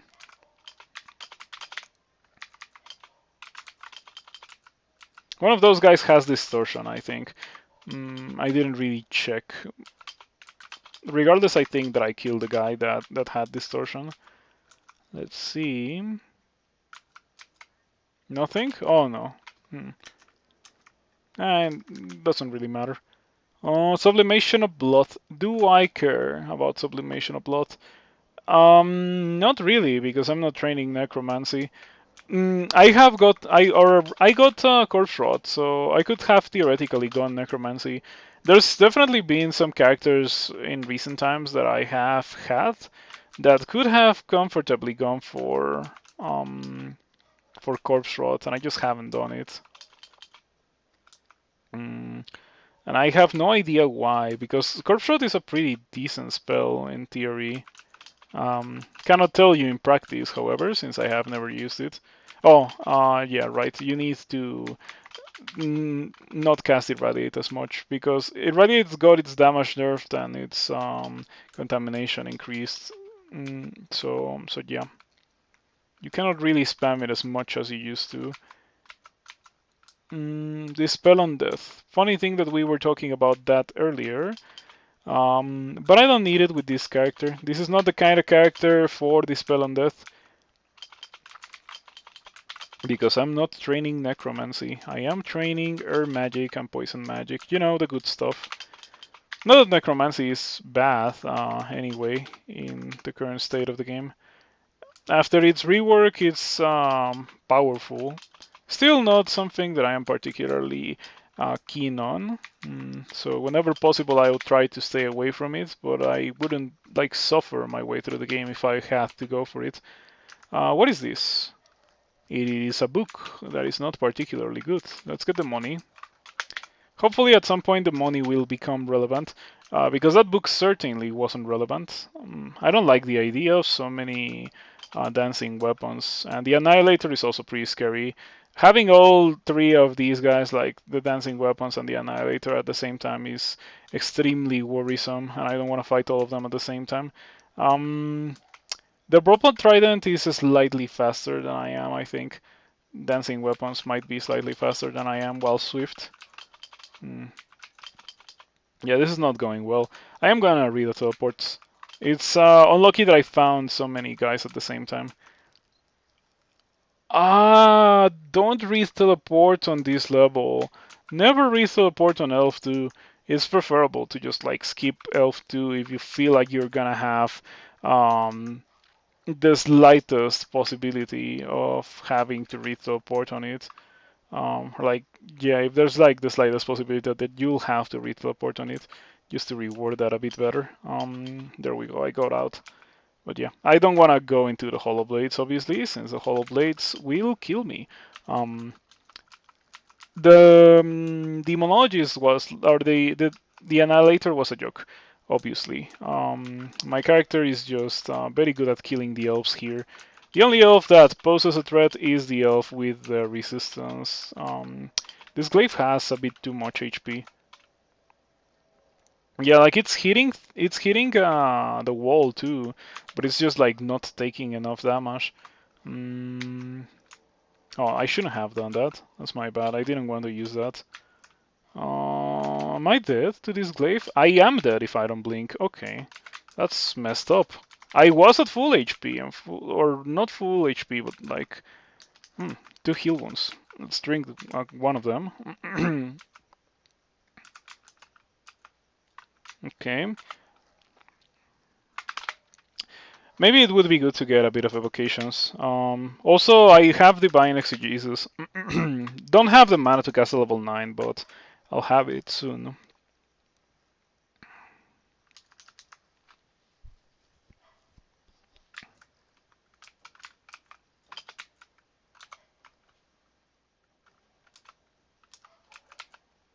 Yeah, casting Firestorm on a dancing weapon. Ah,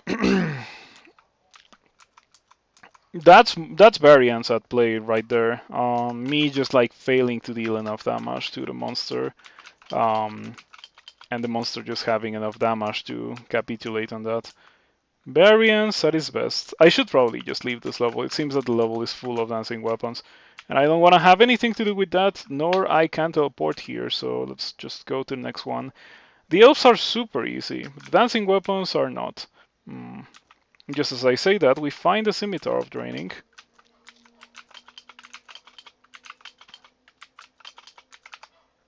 Hmm.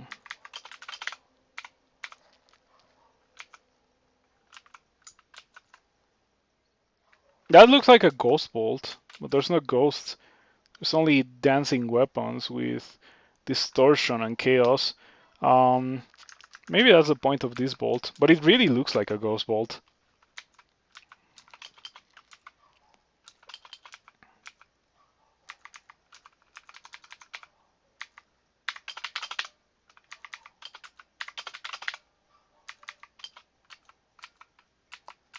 You know what I truly need with this character? I need Stone Arrow. I like Stone Arrow so much because I know that no matter the monster, I'll be able to cast the Stone Arrow against it. And it has a pretty decent chance of getting the job done without like really jumping through too many hoops. Um,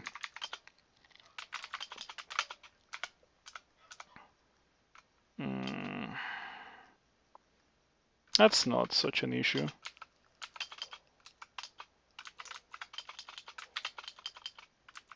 I don't like the idea of this ghostly debuff sorcerer, I have to tell you.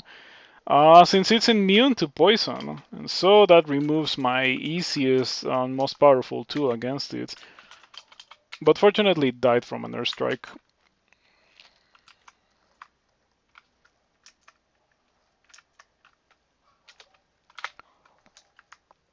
Master Archer. I have 127 HP versus a Master Archer. Will this work?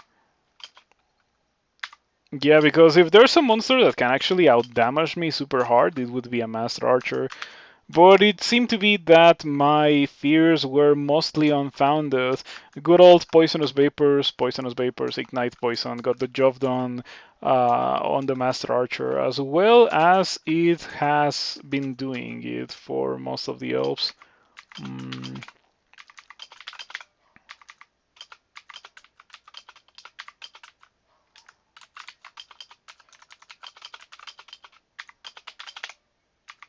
okay, another Elemental. Do I have Stone Arrow? I really want Stone Arrow. Hmm. But unfortunately, every time Sif Muna gives me a book, I go down to 4 pips of piety. I anticipate that such a thing will continue happening until I have literally every spell in the game, which of course is absolute garbage because you're not gonna use every spell in the game in every given run. I think that Sif Muna's piety system is like super messed up. Instead of being what it is right now, you should be able to have like an active book gift, so you can stockpile piety and actually get to 6 pips of piety. I anticipate that in this tournament I'm not gonna get to 6 pips of piety with Sif Muna. Um, Essentially making this an atheist character, which kinda sucks. But not much to do about it. Let's go back to the bolt. I hope that I don't die here. I don't think I should die here. Worst case scenario, you have escape options, but I don't know. Bad things can always happen in this game. It is crawl. That's the point of this game. Bad things happen. Oh, this guy has poison resistance. Come on. And an amulet of regen and a staff of poison. Okay. You give God's piety. Most God gifts aren't like that. Um, it kind of does, but in a weird and unnecessarily complex way. The way that it works is that you have like a gift timer with every god that gives gifts. So whenever you would gain piety with that god, if you have the gift timer active, you have like a chance to reduce it instead of gaining piety. Um, so you can just reduce the gift timer and or gain piety, which leads to situations like the one that I have repeatedly encountered with Sif Muna, where I gain a gift and then I go down to 4 pips of piety. It's already happened multiple times, and it will continue happening. All right. I don't like that, but you're extremely poisoned. It doesn't die. Rough. Airstrike, please. You must have like 3 HP. Oh, it had resistance to electricity. That explains everything. Or resistance to fire. It had a potion. Mm, I am a bit afraid of the Annihilator and its damage output. That's the kind of thing that you have to respect. I have protection because they were in front of the sorcerer, and then I just go for the killing blow in the form of ignite poison, and it gets the job done. Not very good. Ouch. It's only 27 damage. We can manage. Yeah, combined with weak piety gain and fast piety, it becomes a problem. That's exactly the issue with Sif Muna right now. Um, it should really get addressed. It's just like so whack compared to Behemoth. Um, what does Sif Muna really offer? Um, Pretty good ring, by the way. Probably gonna be using that at some point. Sif Muna offers mana, right? Like that's probably the most accessible thing that you can really get access to when you're a worshipper of Sif Muna. You get mana. You theoretically get books, but in practice, the book system is pretty messy and doesn't really work.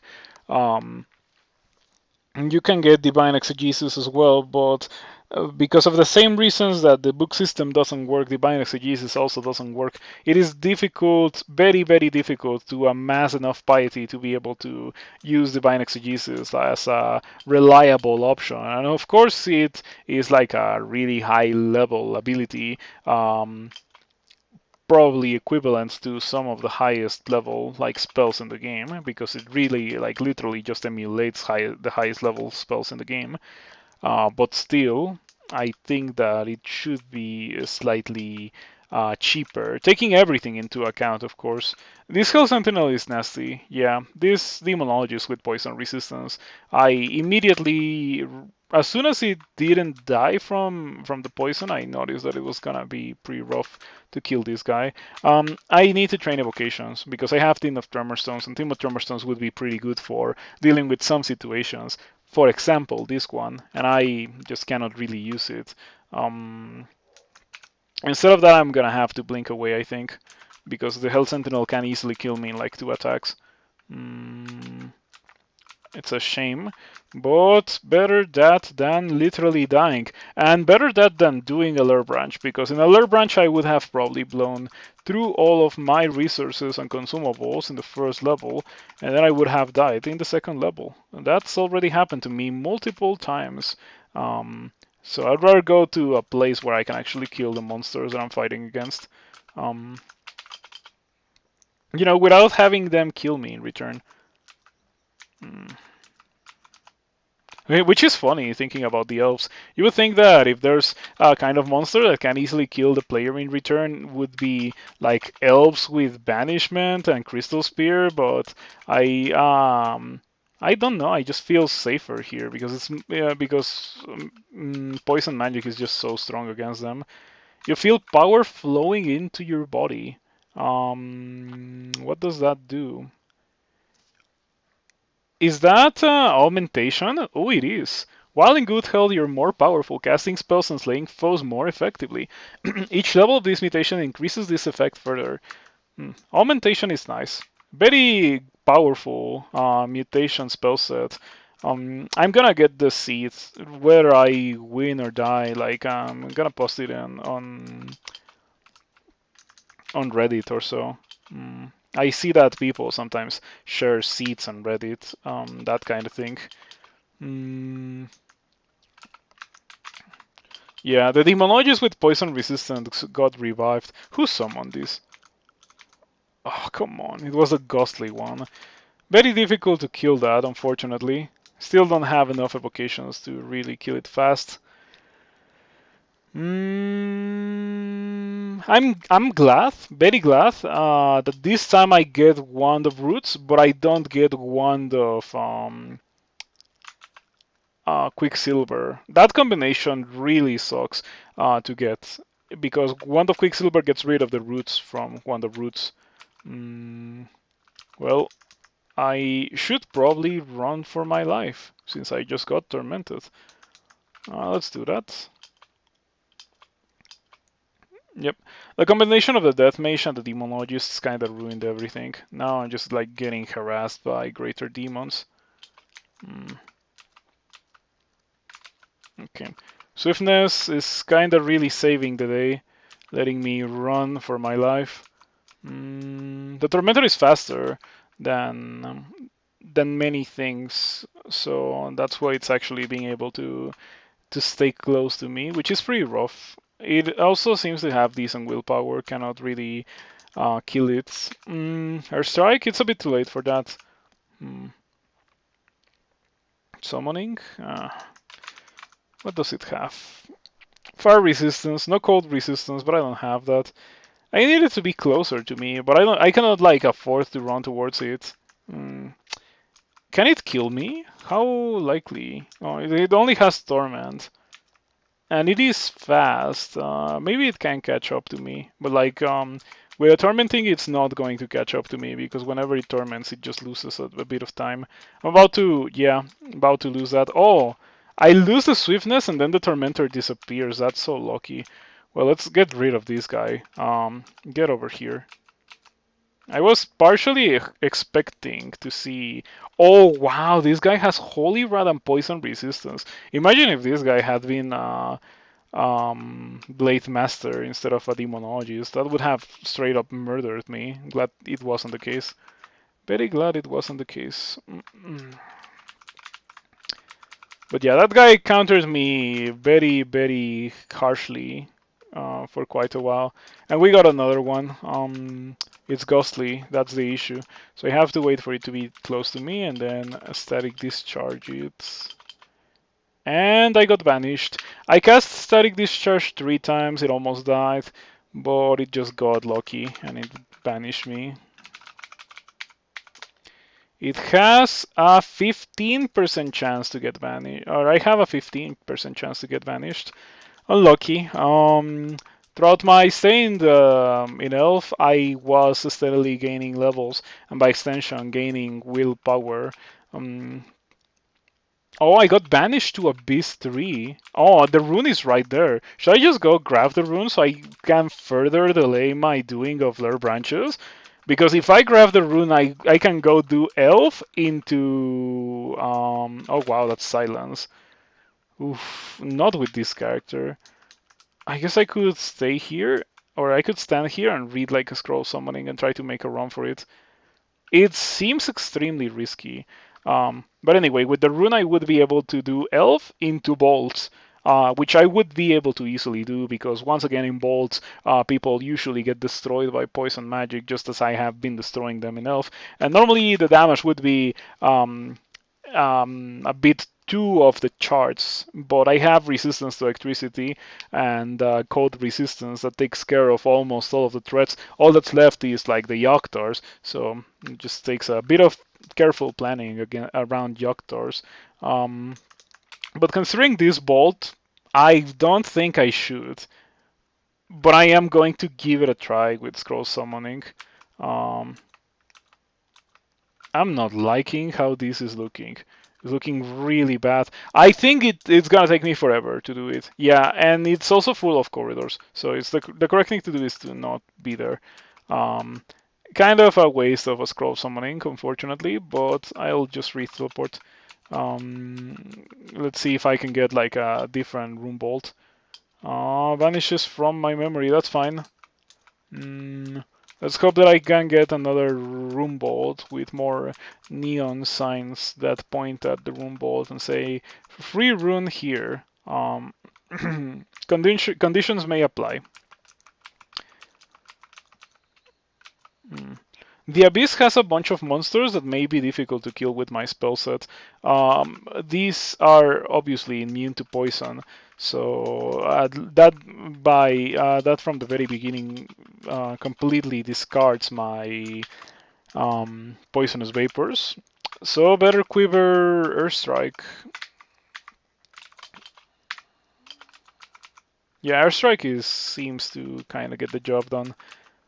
Especially against thrashing horrors, since they can easily be or place themselves in a position where you just deal more damage to them.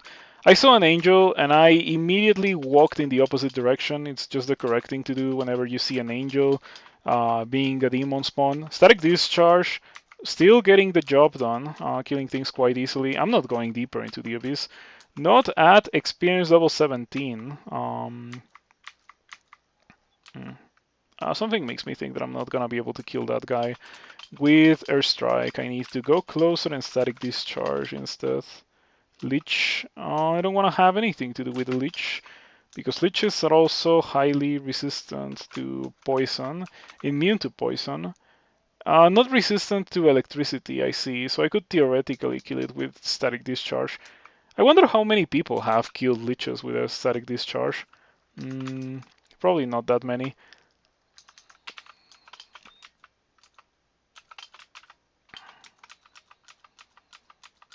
Regardless, I don't want to be next to the Lich.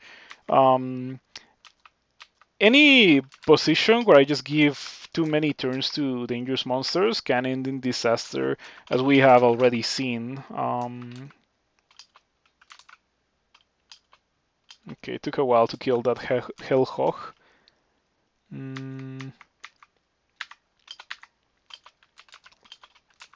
The Abyss is giving me an inconvenient mixture of monsters that are immune to electricity and immune to poison, so like I cannot really have a single spell on the quiver. I mean, I guess I could have Airstrike, but I don't particularly like spamming Airstrike so much since it's 4 mana. Okay, once again, we find ourselves in a position where the correct thing to do is just to wait for these guys to get over here.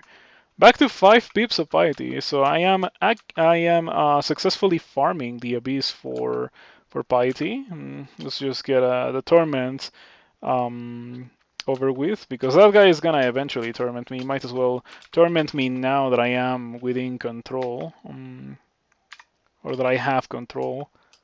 The Bone Dragon is difficult to kill. Let's see. You mean to poison, negative energy, torment, resistant to electricity, fire, cold, drowning. How about no? Shining Eye, how about no? Okay, this would be the time where I would like to find an exit. I am about ready to find an exit game. You can give me an exit anytime soon, and I will take it. You can rest assured that I won't grab the rune if you give me an exit. I think that I could also re-teleport. Pretty rough. We are relatively high level, right? Like at this point in the game, getting banished is not as much of a death sentence as it would otherwise be. But it is still pretty rough regardless. I have this ring of willpower and I'm not using it.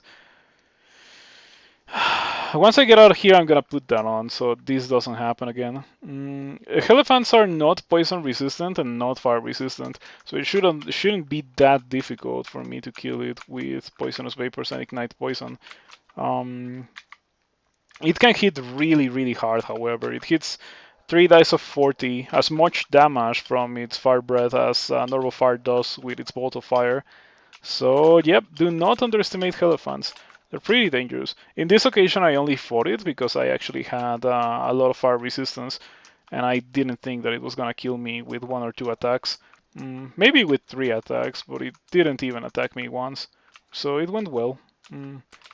By the way, am I only in this bad position because I got tormented by the lurking horror and then things started spiraling out of control? Because it kind of feels like that. You know, oh, finally, gateway leaning out. Before, I can just get out. Yeah, can just get out, kill this guy, and then put on my willpower. Yeah, let's put on this ring of willpower instead of the ring of 9 mana, 6 strength. We should be about done here. Harm. That guy has harm. I don't think monsters use harm. Yeah, I don't think monsters can get the effect of harm. Would be funny if they did.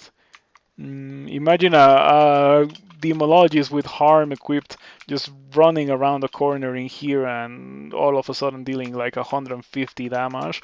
It would be funny to see, not to be in the receiving end of. We finally found Stone Arrow. Do I get it? I kinda do want it since it just like makes things faster. But I'm ooh, give me that. Yeah, that's an item. I'm glad that I found this item. Pretty strong a thing. Now I can take off the leather armor, replace it with something else. Throw leather armor probably, or whatever body armor comes my way. I will obviously stick with this for the entirety of the game. Twitch. TV/9settler. Alrighty. Yep, the elemental staff is a really great find. That's my reward for going here and doing this early. Very happy to have found it.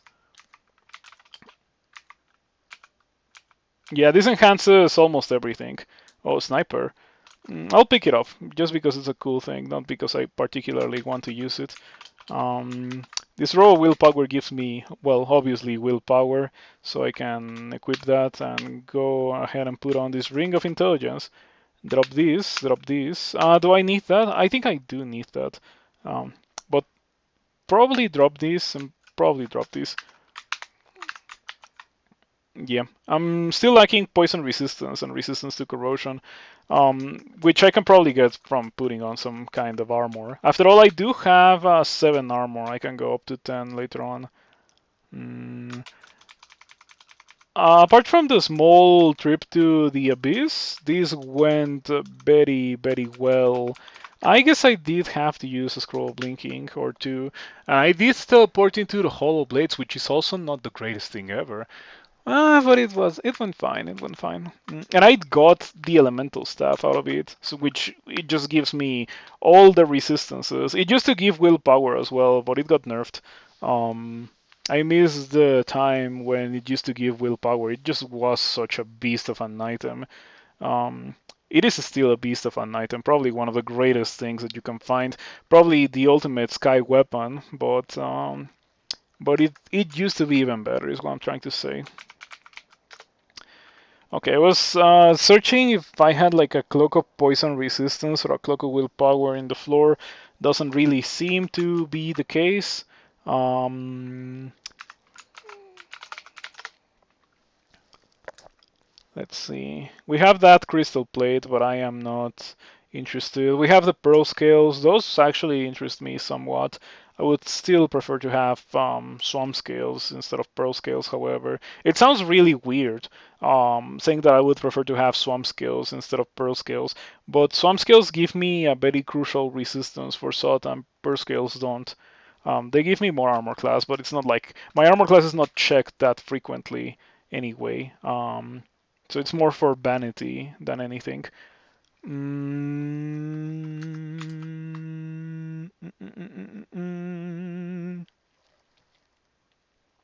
I didn't get the rune, so I'm gonna have to do a lure branch. But I feel like I'm very powerful. I feel like I could do it without um, the world of complications that usually comes associated with going to Spider. And Spider is where we are going. I have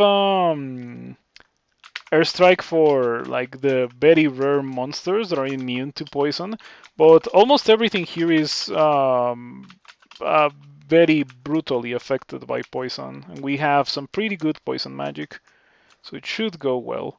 The money crawler is annoying. It has too many resistances, hard to kill, so I have to airstrike. It took me far airstrikes to kill it.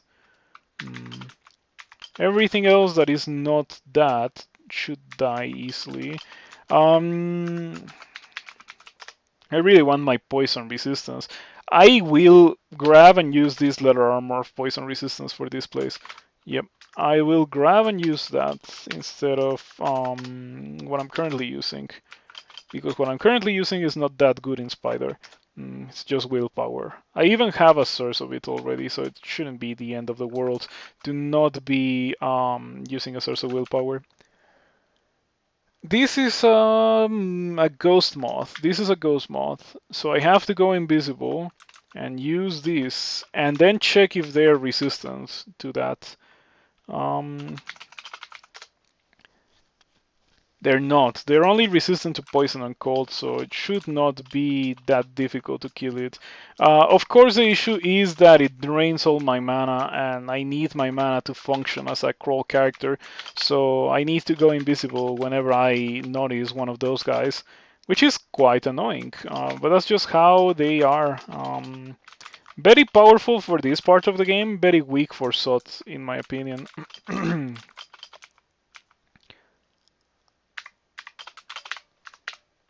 Mods are so annoying. They are. All of them. Mods of Wrath, Ghost mods, Sun mods. All of them are pretty awful. Especially mods of Wrath when you are a spellcaster and they berserk you. That can get you killed rather easily. I wish I had blinking here. Yeah, but I don't and I get hit for 51. It's fine. I got LRD, some Behance, Ignition, some pretty, like, I'm getting the good spells. I am a bit surprised at the quality of the spells that I have received from Sifmuna. I've gotten a couple of books already, like quite a bit of books actually, and almost all of them have like given me some pretty good spells. Including the poison kit, which I got almost in its entirety from Sifmuna. The poison kit has been a crucial, essential part of this character. Usually keep a ring of see invisible. I don't think I have any, but maybe I do and I just haven't realized. I am carrying sniper. I guess I could wield sniper. Yeah, I could switch to wielding sniper for them. But see invisible doesn't really do a lot as long as you know where they are. Um, and it is rather easy to know where they are. What the complicated thing is killing them if you don't have the mana for dealing damage to them. Okay. I don't know if you've noticed, but Powered by Dead is regenerating me 4 HP per turn. It's kind of bonkers. Mm. Man, this is a pretty strong character, actually. The mutation spell set that we have gotten is insane. We have 48 intelligence. We have some pretty good spells. If I really wanted to, I could really go for the Chain Lightning. It's just that Demonspawn has this little issue where all its aptitudes are -1, right? So it's very difficult to go for Chain Lightning if all your aptitudes are -1, despite the 48 intelligence. That is not to say that I have not done it. I have done it, but I don't think I want to go for a character for that long to get that. Um, and well, we've already gotten like Firestorm as well. Firestorm and Refrigeration. I could just go for that instead of going um, for Chain Lightning. I just thought of something funny. What if I Chain Lightning Arachne? Or so. I think that should deal massive damage to Arachne. Let's give that a try. Oof, that blew up Arachne. Um, that was more than 144 damage, which was probably more than enough to one-shot Arachne from full HP. I think that was the correct thing to do, even though, you know, Sivmuna Piety is just absurdly costly. But still, I don't regret doing it. It was just the easiest and fastest way to get rid of Arachne. Well worth it to do so.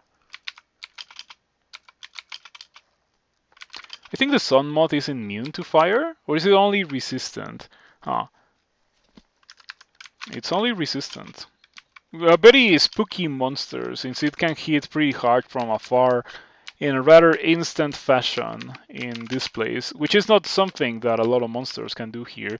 It also has a sticky flame, so it can make it so that it turns off your invisibility whenever you're fighting a ghost moth.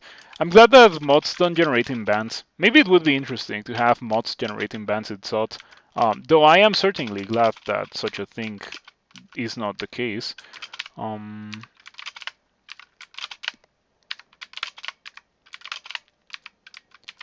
Would kind of nerf invisibility quite a bit for the purposes of dealing with ghost mods.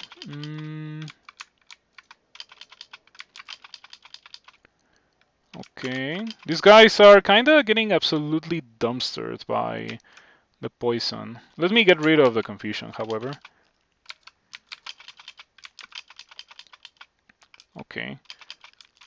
Would be nice if I had a better way of dealing with these demonic crawlers. Okay, I was hoping to see magic regeneration, but it just hasn't happened. Demonic crawlers are super annoying. I really wish I had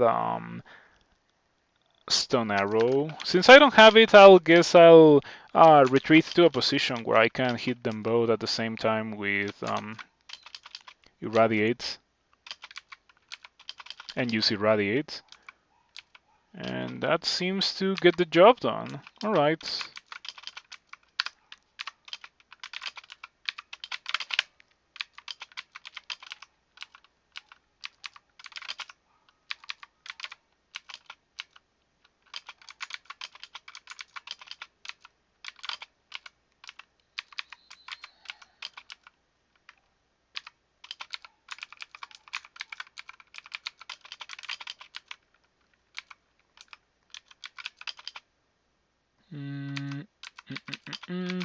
Keep forgetting that I have Airstrike. It's not a spell that I have used frequently. Not generally part of my kits whenever I'm playing characters. When it comes to the smite targeting spells, I very much prefer to go for Poisonous Vapors. It may not work against everything, but it certainly deals significantly more damage than Airstrike does when combined with Ignite Poison, obviously. Um, it is so powerful that you can be almost sure that 7 mana is gonna kill whatever you want to kill. 7 mana across 3 turns is gonna kill whatever you want to kill, which is a pretty good ratio for mana usage and turns. Melee characters obviously don't really use mana, but take significantly longer killing some things that poisonous vapors and ignite poison just absolutely deletes immediately. Um, oh wait, what just happened there? Did I get 2 gifts or so? I think I just got 2 gifts, but I may have been a bit misled. Um, what do we get here? I think the time has come to finally start thinking about what. No, it was only 1 gift. Okay. Um, the time has finally come to start thinking about what kind of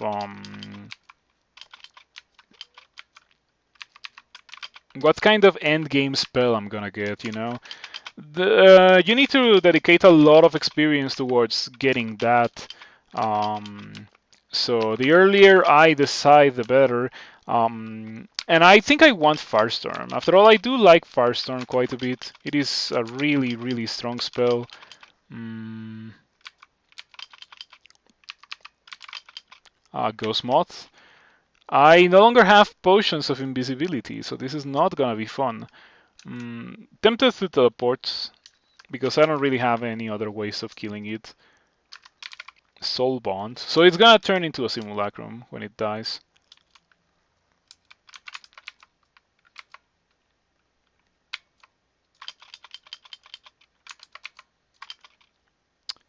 That killed the Ghost Moth. We got some pretty good damage rolls. Could I show my spell list? There you go. I can even do something better than this.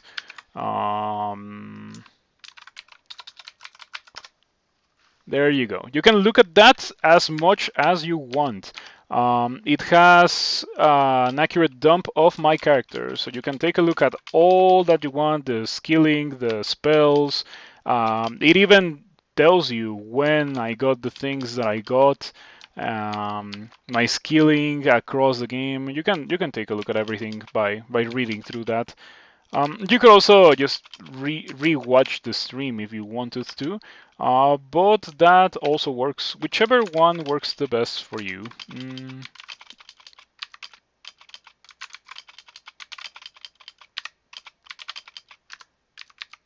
Why does it not let you use the quiver when you're caught in a whiff? That's annoying. I wish it did, or I wish it was smart enough to see if whatever you're trying to do can be used if you're weft or not. Which in this case, since I was casting spells, I was able to continue like doing that. Spider fours that are like full of monsters like this are very annoying. Actually, the difficulty of these spider fours are not necessarily that it's full of monsters, but like there's no walls, so you just go down into being immediately surrounded by a million dudes. If you don't have something that specifically hits monsters in the entirety of your line of sight with damage type that they're weak to, you are probably gonna have a bad time. Yeah, you're probably gonna have a bad time.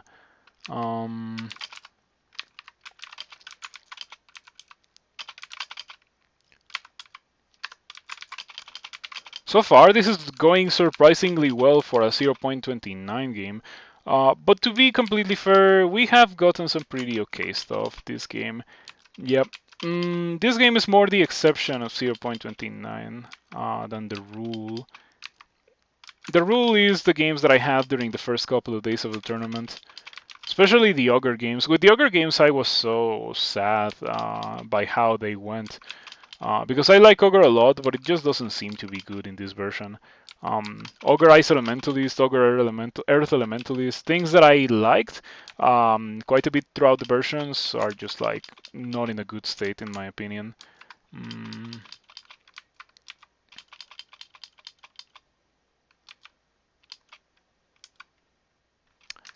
Regening quite a bit of mana. How does that work? Because I'm healing, but I'm also regening a lot of mana, and I have no idea where all that mana is coming from. Like, is it from my regen? Because, like, I have less mana than HP, and so my regen is making it go up like crazy. Or, I don't know. I don't know what's happening. Mm.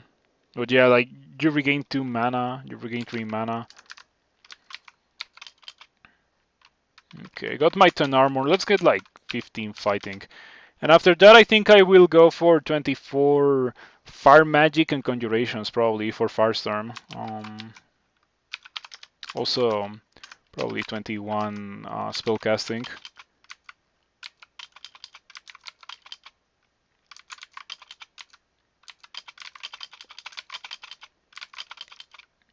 Alright, that didn't go that bad. We should be about done. I think this is one of those spider endings that are not that big, so fingers crossed. I feel like I've already fought enough spiders for a lifetime with this character. Okay, for the Emperor Scorpion, we got this, and then we got this when it gets to melee range, and there we go.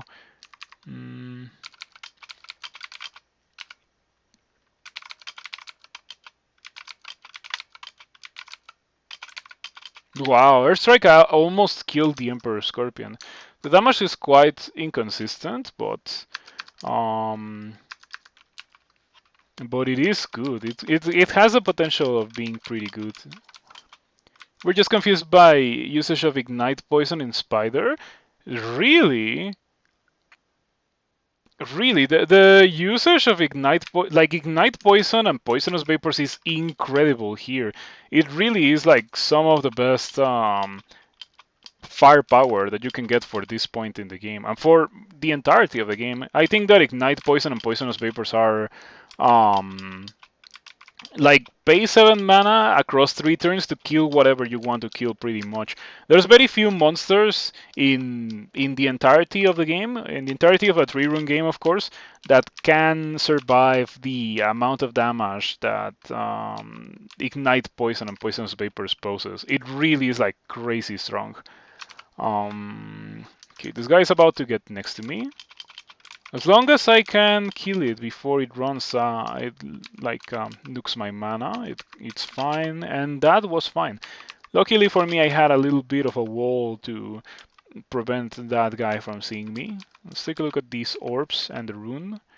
Gossamer rune. Orb of Guile and Orb of Wrath, and a Bad Hat. Yeah, I don't care about these things. I'll just leave them alone. Oh, there's a Ghost Moth. Another Ghost Moth. There's just so many Ghost Moths. But I was fortunately able to kill it with Static Discharge. That spell is just insane. It really is bonkers how good it is.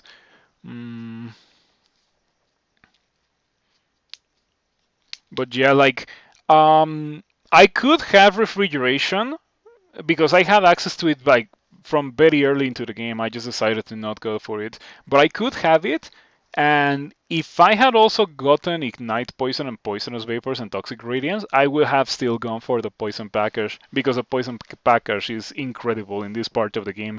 It is very good in other parts of the game as well, but it is just like MVP for Spider. Like very difficult to do better than the Poison Package in terms of efficiency altogether.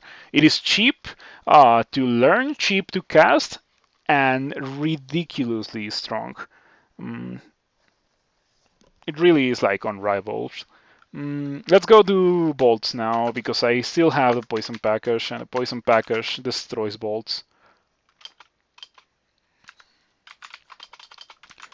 Yeah, like it's not starting Venom Mage, I have to say that, because Venom Mage's start is pretty rough.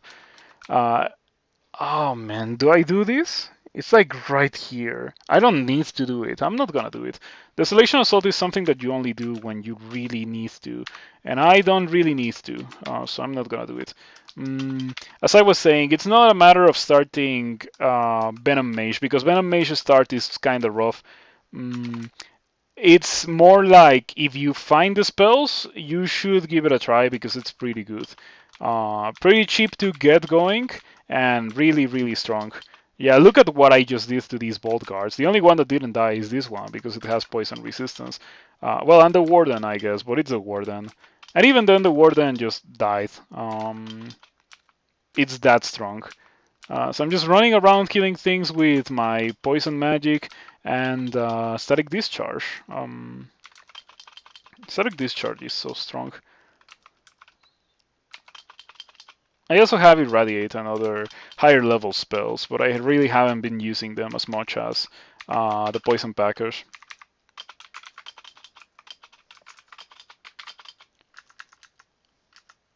You find Conjurer the easiest because it's a second skill in many other spell schools.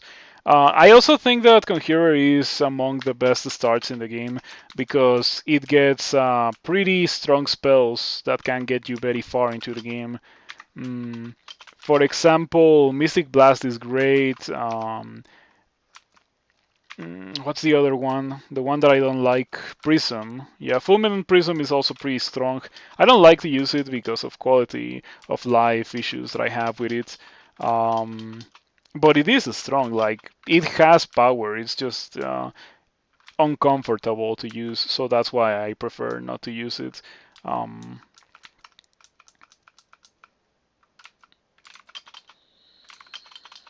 mm, I have been at 5 pips of piety for a while. Maybe we can make the push to 6 pips of piety.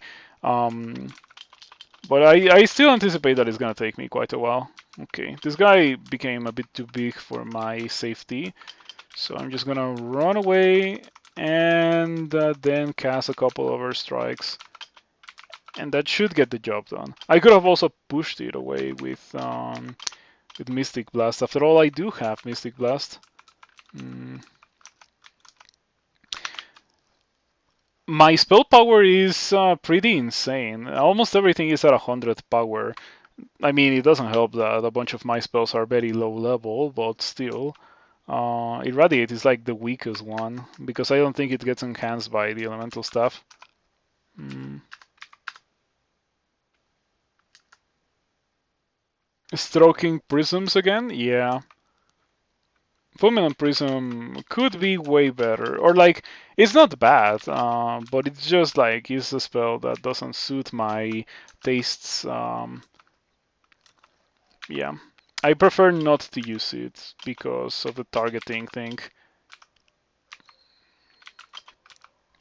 Mm, there's a lot to say about like the positional magic change of 0.25. I don't know if we have people in the chat who started playing after 0.25, but before that version, magic was like very different. The change entailed something along the lines of reworking some spells to make it so that you didn't have to go through a cumbersome targeter every time you wanted to cast a spell, since after all you cast literally thousands of spells per game on a strong dedicated spellcaster. So positional magic and being able to put spells on the quiver helped a lot with that, but there's still some remnants of that in the form of Fulminant Prism, for example. Some spells got removed because of the targeter, like the bolt spells. Not only did the identities of the spells overlapped between spell schools, with the whole being able to target so precisely in pretty much every school, and like having a beam spell in every school, but also it was the targeter that got them removed. Keeps you longer in the game to use Fulminant Prism. Um, yeah, I mean it's a strong. I'm not telling you it's weak or bad or anything, nor that you shouldn't use it. I'm just saying that I don't like to use it myself. Mm, mm, mm, I guess it's time to go for it. Spellcasting, spellcasting. I don't need to get spellcasting just yet, but I do need to get conjurations and fire magic. We're gonna keep these on for a while. Hopefully we get to Firestorm.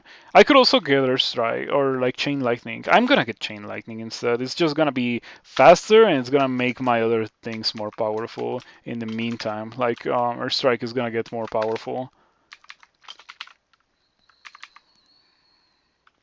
Earth Strike is at 2 dice of 27 on a max damage roll, which is kind of insane. 2 dice of 27.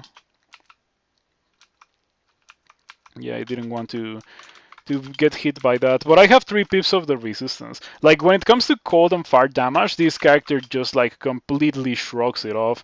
Look at that. I got hit for 1 damage of a bolt of cold from a frost giant. There's characters that just like cease to exist if they get hit by that. But not this one. This one is a good character. Certified good character, alright. All the old bolt spells, some butterflies, positionable spire as well, yeah. Any spell that had like a targeter like that, the targeter made the spells more powerful, definitely, but it also made playing more cumbersome.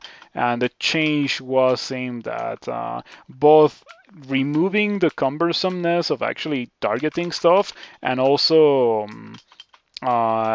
separating spell schools and like making them more diverse and defined, which is, in my opinion, a good change. And I ended up liking the change quite a bit. It's just that, in my opinion, there were some spell schools that got like seriously hit as a byproduct of the changes that never really received compensation buffs to help them be as good as the other schools. For example, Fire Elementalists. The Fire Elementalists start used to have targetable Conjure Flame. That was so strong. It was ridiculous. And it also used to have a spell called Flame Tongue, which I liked a bit. It was like a less powerful Throw Flame, which was also a spell that used to exist. It was not only a monster spell. Once upon a time, it used to be a player spell.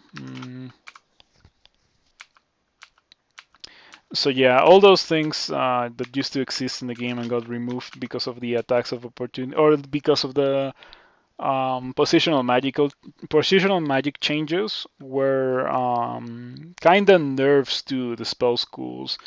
This is a pretty good sky weapon, Arvalest. Yeah, I think it's worth carrying just because it's yeah, absolutely a sky weapon.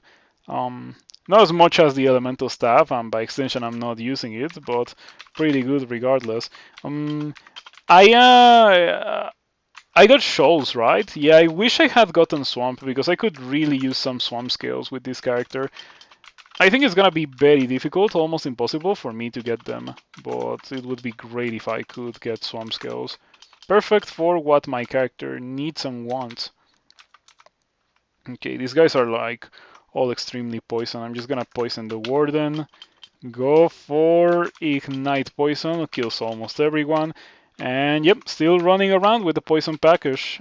Very effective in the entirety of a 3-rune game, barring certain branches where it obviously won't do anything, like dungeon and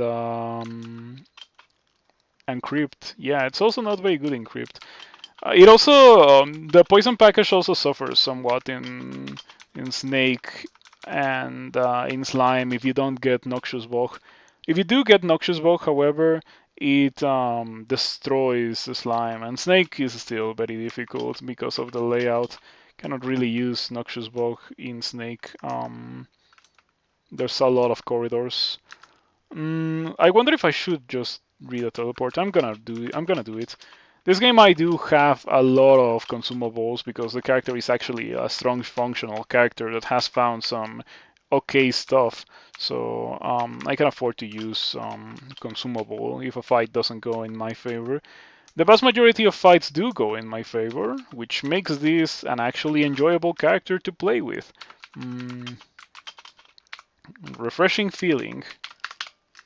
What do I use a port? Oh, a port is really good.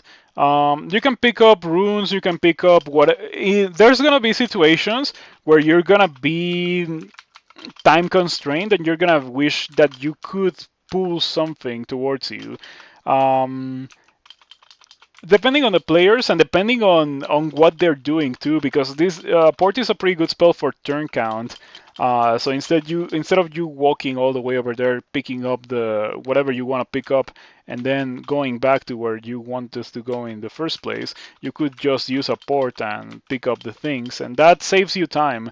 So if you were expecting someone that was doing like turn count speed run, it's a pretty good spell for turn count speedrun. I don't do turn count speedrun, but even without doing that, it still has quite a bit of utility, that spell. I would recommend it quite heavily. I hope that this guy doesn't kill me. Yeah, there we go. Okay.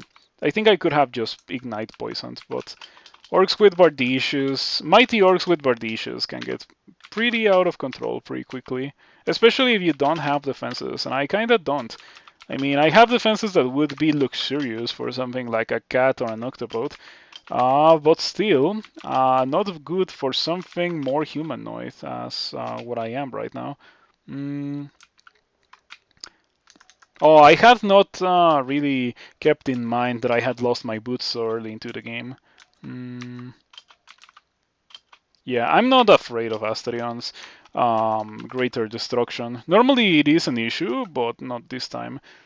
I kind of want to put on the scale mail. Let's see how that looks. 25 8, and my spells are still perfectly castable. I only lose one people willpower. Will that really be an issue? I'm gonna bet on no. This would be the time, or this would be the moment where I would like out explore into a Sphinx and get immediately paralyzed for half my HP, and I'm glad that it didn't happen, because that would have been nasty. Mm. Crystal Guardians and Peacekeepers are a rather difficult thing to kill. Fortunately, they don't seem to open doors, so I am just gonna leave them trapped in there. I don't particularly care about fighting them. Yep, since they're so difficult for me to kill. I can kill them with like Mystic Blast and other spells, but I really would prefer not to fight them.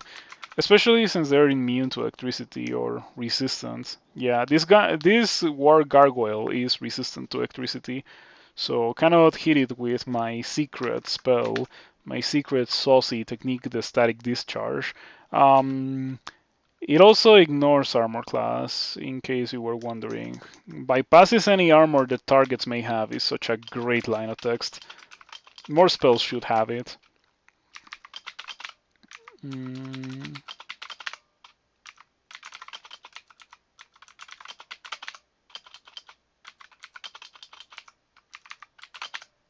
I wonder what's better between Static Discharge and Irradiate.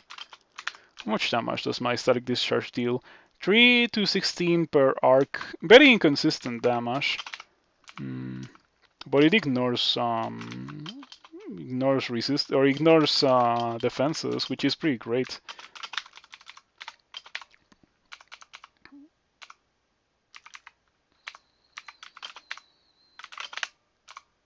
Oh, I did auto travel into getting paralyzed. It did happen with only a 12% chance to happen, but still, those guys are pretty nasty.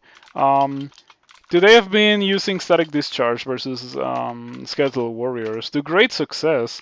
Yeah, I'm very happy about that finding, that Static Discharge is pretty good against those guys. A Book of Conjurations, we get Seething Ray. A bit too late for that, but I guess I appreciate the gesture, Sigmuna. The only issue is that it's gonna take me forever to get to 6 pips of piety due to the constant spam of books when I already have pretty much all that I could possibly wish for. I got Firestorm, which I was thinking about training for, and I almost started doing it, but instead of that I'm gonna train for Chain Lightning, which I also happen to have. I also have Refrigeration and Shatter. So yeah, Sifmuna gives you quite a lot of spells. I went for Sifmuna today because I think I found Refrigeration before Behumet, or no. I think what happened was that I already had gone Behumet in the tournament, and that's why I didn't really want to go Behumet. You'll try it on skeletons. You usually lose all your mana to kill them. Yeah, skeletal warriors are awful, but static discharge is really, really strong against them until it inevitably gets nerfed, I assume. Um, but I guess enjoy it while it lasts. It made it one more version. If it works in this version, it probably works in many other versions as well. Marjorie. In this occasion, I would have preferred to find Maggie with some swamp skills, but it didn't happen. My resistance to fire is already incredible, so I don't have to worry about taking damage from Marjorie or her mooks. And Marjorie just dies from poison magic. The Hell Knights have immunity to fire, so I'm never gonna kill them like that. Needs to do some static discharge against them. There we go. Easy peasy. We got shadow skills. I don't particularly care about them. Um, Nor do I particularly care about my defenses, to be completely fair. I have good enough damage output that I can afford myself that luxury. Kite Shield of Reflection. I don't particularly care about that, but it does remind me that I should probably search for Buckler, which we have some Bucklers in Elf. I could equip one of those, since after all, Bucklers are pretty much free. This would have been a nice time to have LRD, which I also have access to. You know, Sif Muna, you get every spell. My issue with Sif Muna is not that you don't get spells, it's more like getting spells, or starting to get spells takes forever and you don't really get them when you truly need them, which is what happens with Vehumet. You get them when you really want to get them. But given enough time, you're gonna get everything. And with Behemoth, that's not really the case. But it also doesn't matter because Behemoth gives you the spells that you need when you need them. And since you don't need every spell, yeah, there's that. Speaking of nerfs, shouldn't Gossack be nerfed? Too much versatility, his ability to use potions in mummy form. I don't think so. I think that Gossack is fine. Gossack has already gotten nerfed quite a bit. It's not the best god in the game by any means. The best god in the game right now would be Ashensari. Yeah, Ashensari is kind of super busted. Do I think Ashensari needs nerfs? Probably not. Probably not. But Ashensari is ridiculously strong. That I can tell you for sure. Okay, killing this guy with Airstrike is pain. Would be much faster and easier for me to do such a thing with Stone Arrow, but I don't have access to that, so whatever. Oh, with this character I could have gone for the banner that requires me to win without getting any skill over 13. Not like it particularly matters anyway. And I lost my chance to go for that from pretty much the very beginning before, like I knew. But yeah, just a little bit of a thought. If you wanted to start a seeded run, you could reasonably win a character like this one before getting 13 skill on any skill. Scarf of Repulsion. I want this. This is actually very useful for the purposes of dealing with and surviving Yoctors and other range monsters, which are my greatest weakness here. Most other monsters I can deal with quite a bit of ease, just because my damage output is incredible and my survivability is also really, really strong.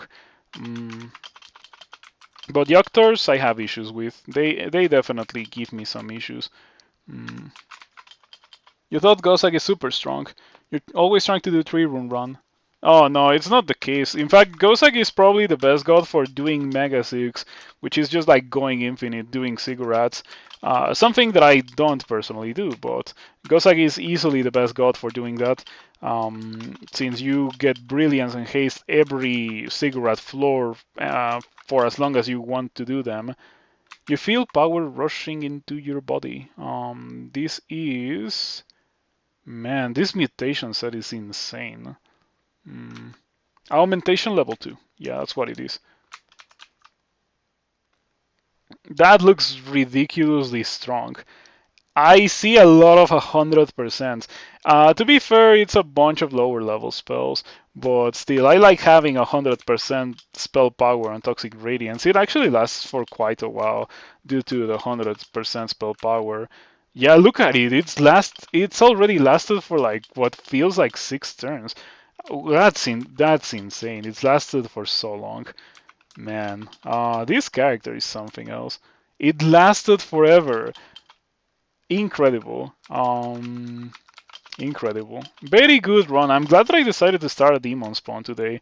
I was not particularly hopeful when I started this Demonspawn, but it's been having very good results. Mm,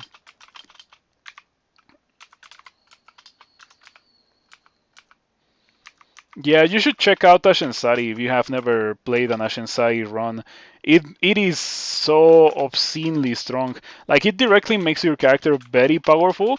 But not only that, it also identifies everything and makes you immune to exploration traps. It just like it is really really strong. That's just how it is. Um, you could even like take away the making you obscenely powerful aspect of Ashensari, and it would still be a reasonable god with the full ID on one pip of piety and the immunity to exploration traps, since exploration traps absolutely suck. Being able to turn them off by going a god is pretty reasonable. But not only did you get that, but you also get everything else. Amazing God, yeah. So Saint Roca is absolutely gutted by casting Poisonous Vapors, Toxic Radiance, and Ignite Poison. Do not underestimate the poison package. Mm,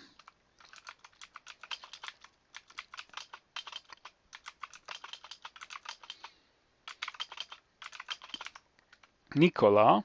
Alright, Nicola, I want your cloak, so I'll grab it. Nicola goes for the Clyde, which deals 39. It's fine. Extremely poison. Push Nicola away. Nicola blinks. Goodbye, Nicola. Okay, poison magic. Am I right? I don't want those gloves. I want the cloak. Oh, it crashed. I hope that. Nicola still has a cloak of willpower when this reloads. Funny crashed. Funny crash. I wonder why that happened, but whatever. We can just reload. And in case you don't know, whenever the game crashes, it reloads the entirety of the level. You lose pretty much the level's worth of progress. But you know what happened, so you don't really lose anything. In fact, it gives you quite a severe advantage in case you have to use any valuable consumables or resources in the course of the level. This is something that I have taken advantage of very sporadically in Pandemonium. And I say very sporadically because I very rarely do Pandemonium, and even from those rare occasions where I do Pandemonium, I don't really crash the game that frequently. Mm,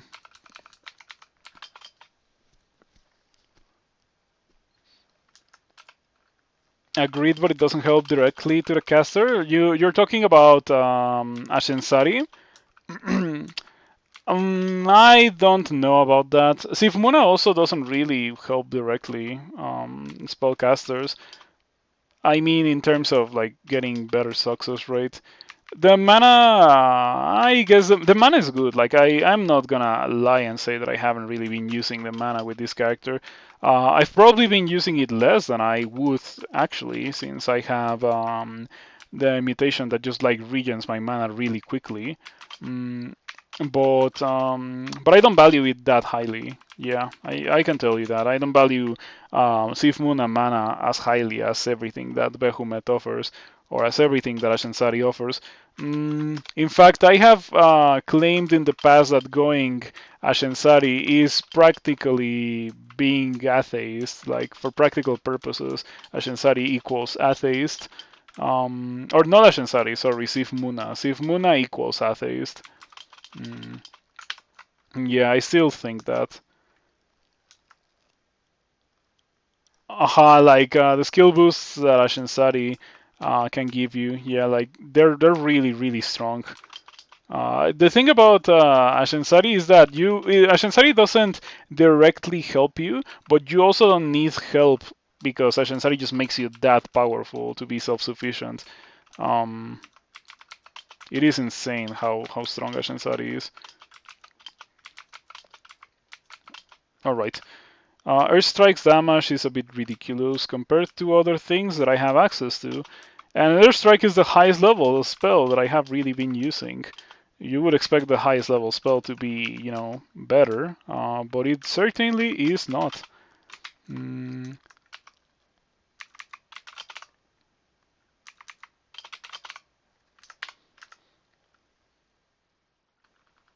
Ash helps you stay out of bad situations much more easily. I don't really have issues with bad situations when I'm with Ashensari because I feel like Ashensari just makes me powerful enough to not get into those situations in the first place. Like, oh, I got to 6 pips of piety. It finally happened. It took me forever. Okay, I'm glad. Last tournament I didn't get to 6 pips of piety with Sif Muna. So I'm glad that I did, and so if I win this, this is gonna count for the purposes of winning a god with championing a god with invocations as my highest skill, which it will be. I will try to make it so that it is invocations my highest skill. Um, Ash was your favorite god before the rework? What about after the rework? I remember that you haven't really been playing a lot, but what do you think about the current version of Ashensari, if you have tried it? You feel power rushing into your body. That's something that had already happened, right? Yeah, it's level 2 of Augmentation, which I got during the curse of this level. This time I haven't stumbled upon Nicola, but Nicola fight should not be difficult at all. I think I also killed Saint Roca or in this level, or was it in the previous one? I think it was in the previous one. Let's take a look.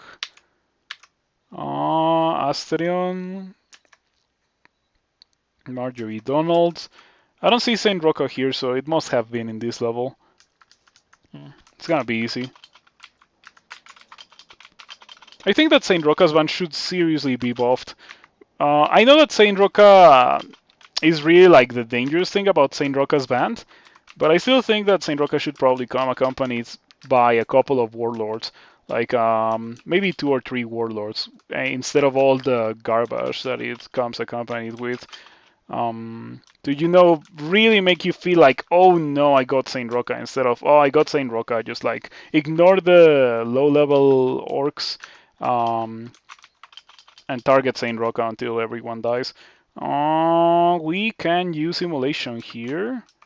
And then we can, oh, I don't think I even need to use Ignite Poison. Poisonous Vapors, Ignite Poison. Didn't kill Saint Roca, but that does. Alright, easy peasy. Obviously unnecessary, but I like the idea of doing things fast with my consumables, especially with consumables that I don't really like.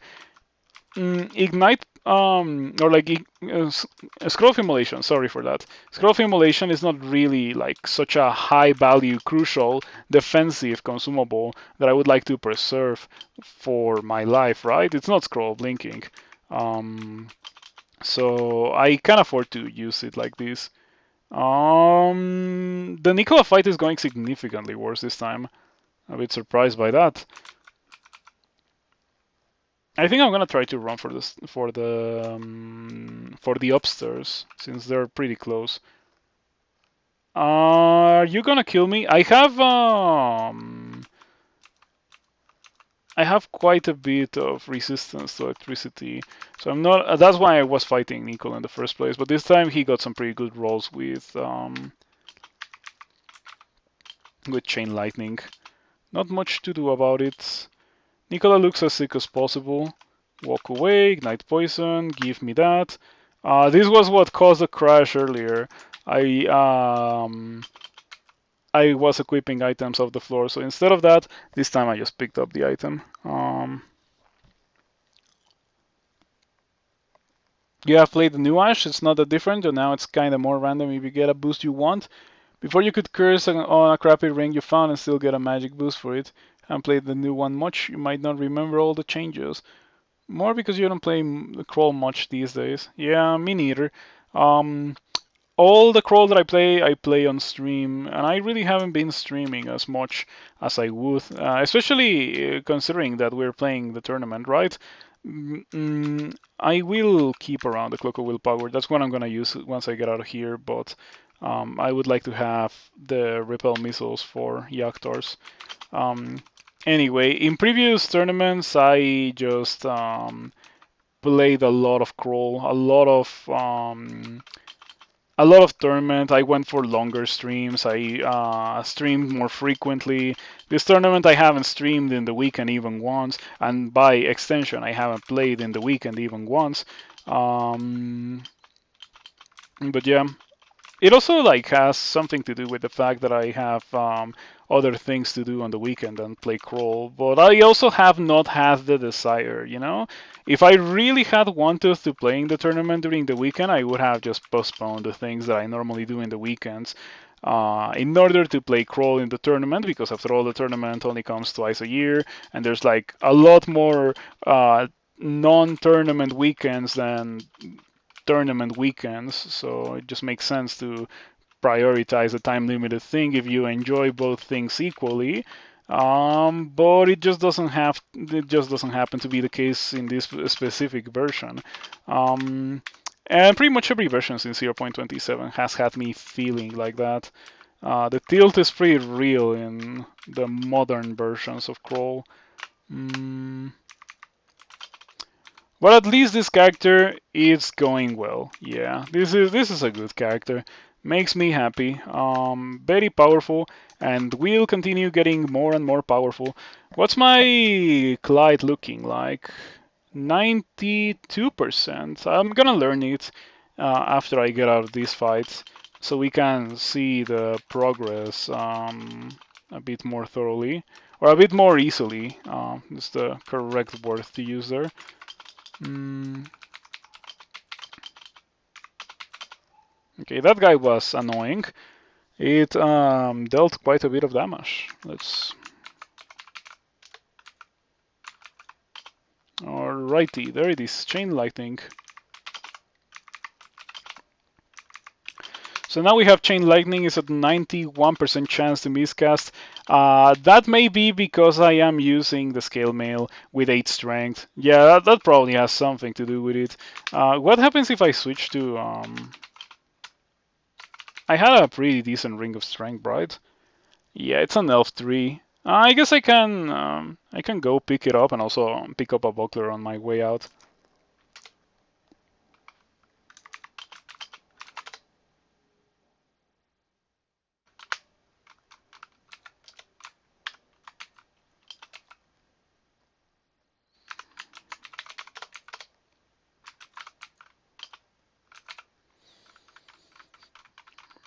Hmm, I guess I'll drop the ring of intelligence.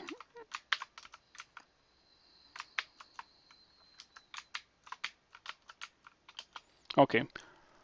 So we have 3 shield, 14 strength. My chain lightning goes to 93%, surprisingly.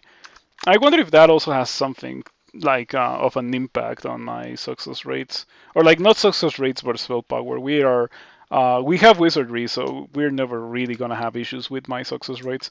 Um, this guy is still extremely dangerous. Look at that. How did this guy manage to die here? The 100, like it's a pretty much experience level 27. I think it's 26. If it was 27, it would be a legendary gargoyle. But yeah, like almost experience level 27 gargoyle with that armor class and these resistances, and it still dies here. How do you explain that? Like, I don't get it. But anyway, it's pretty much unkillable unless I get Dispel Undead, and I won't get that, so I'm just not gonna open that. It also doesn't have any loot worth anything. Back to bolts we go.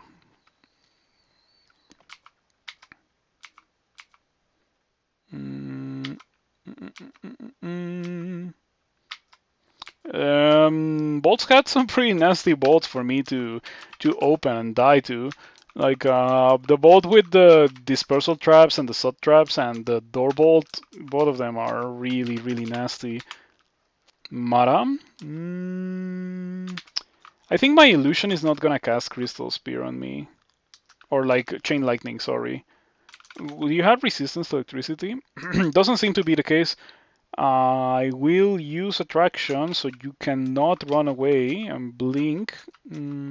Just gonna sit here, cast static discharge until you die because the static discharge is pretty strong. There we go. Killed Mara. In case you don't know, if you check your milestones in game, you can be 100% sure when you kill something that you're not sure you killed. As long as it generates a milestone when it dies. You can set it up so it generates milestones for specific monsters, but I recommend not generating milestones for things like goblins and stuff. Like only generate milestones for important monsters. That's a pretty good letter armor. I could see myself using that. In fact, I'm probably gonna put it on.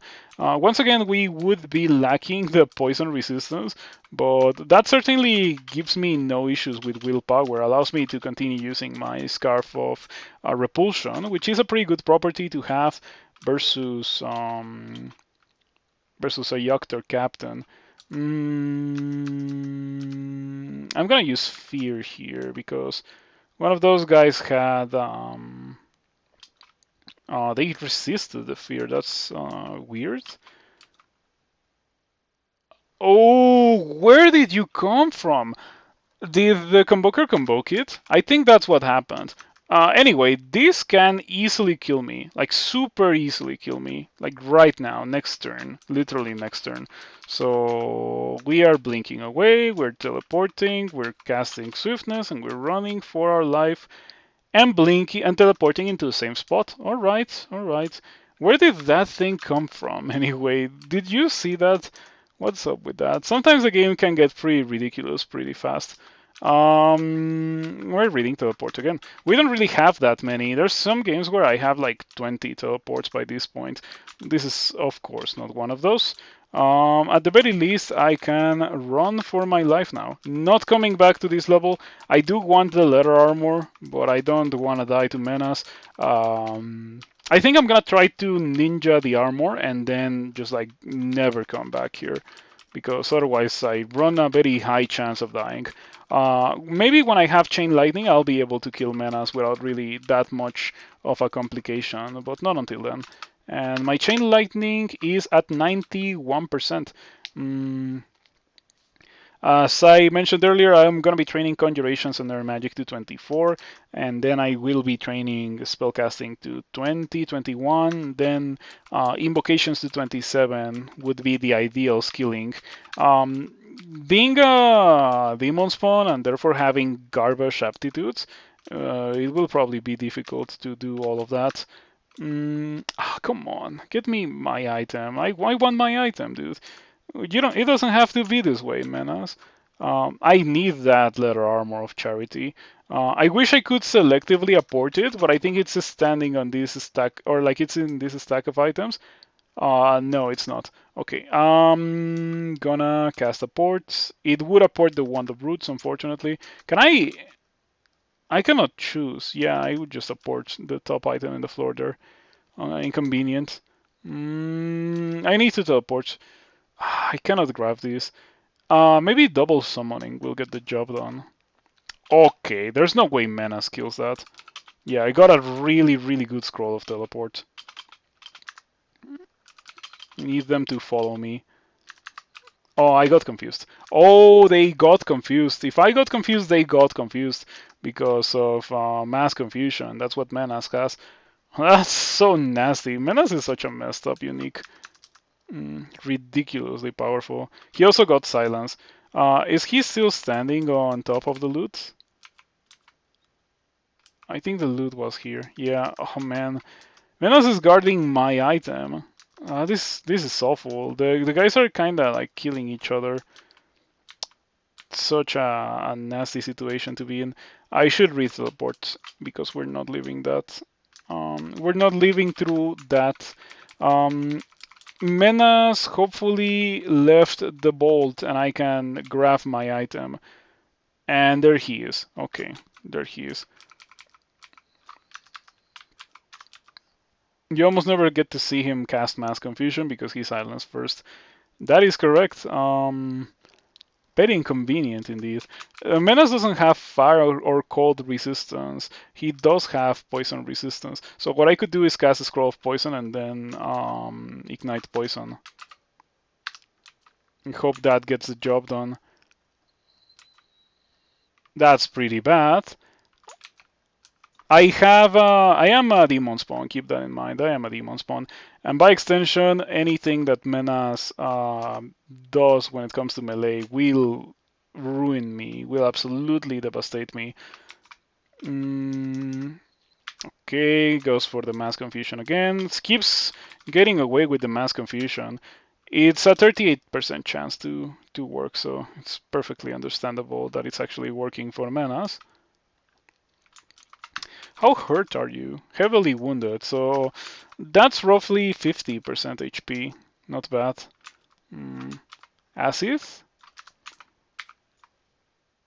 No. Acid.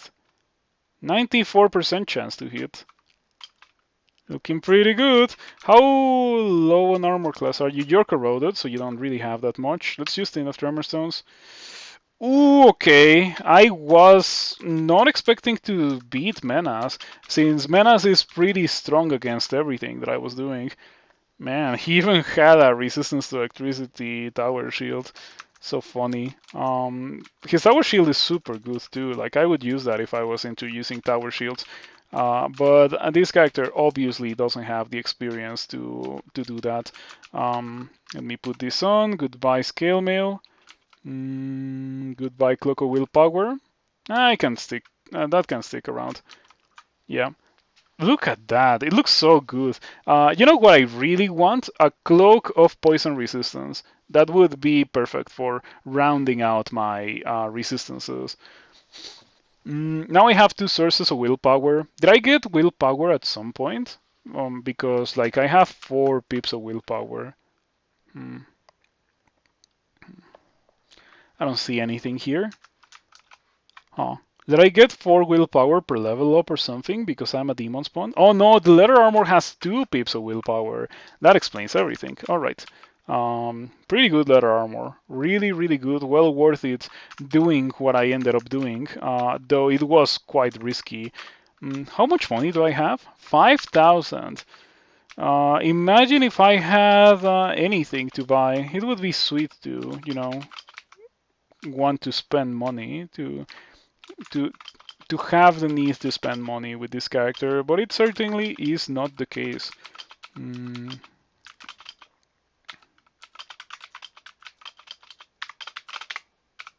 Haven't found anything that I want to buy. Next level is Bolts 5. We're obviously not doing that, just out of curiosity. It's been almost 3 hours since I started this character. It is fine because I'm not going for Speed Demon 3 because I already got it. If you want to watch that, it's on YouTube. Let's see, what else are we going to do? Shoals. Shoals should be easy. The only issue that I have with shoals is the harpies. Harpies are poison resistant. Everything else dies to what I have been doing in bolts. Bolts also has the rare monster that is poison resistant, but it is more the exception than the rule. Fortunately, it also happens to be the case for this place. Yeah, there they are. 5 harpies. My only way of killing them is waiting for them to get close and then using static discharge or irradiate. Something that I do have and I haven't really been using a lot. Preferring to use the very powerful static discharge.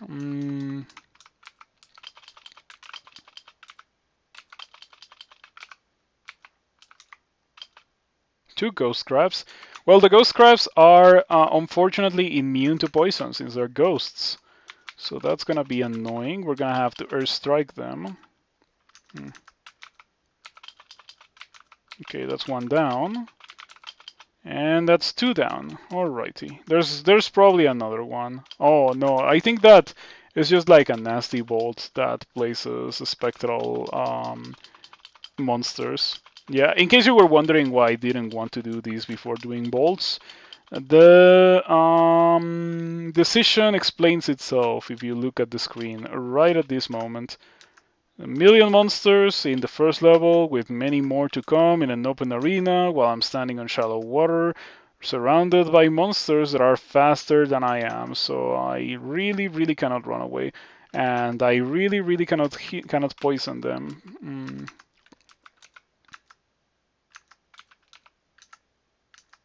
My character is not tanky at all, so this could get kind of spooky.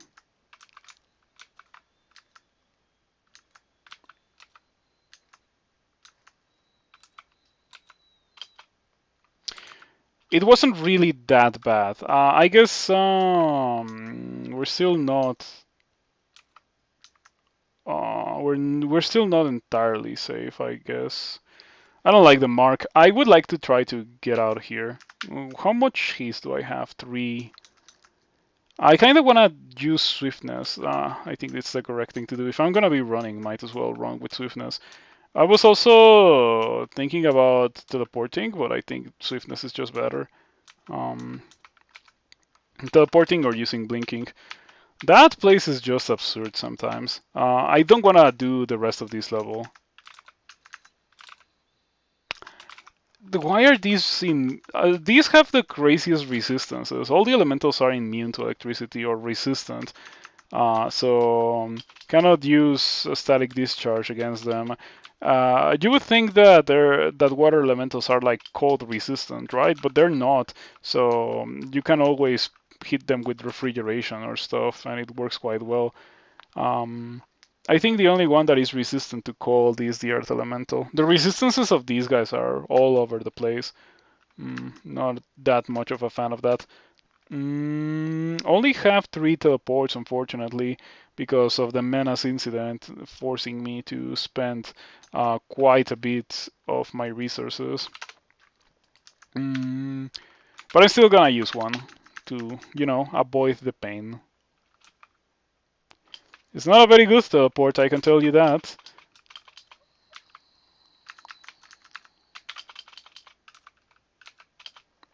Didn't want to go for Irradiate, by the way. I typoed. I wanted to go for Mystic Blast, but it's fine. Alrighty. Back to my average schedule of spamming Poisonous Vapors and Ignite Poison against things. Yeah, I see the Spectral Kraken. Let's just go downstairs. Goodbye, Kirky. That was pretty much trivial. Kirky got absolutely destroyed.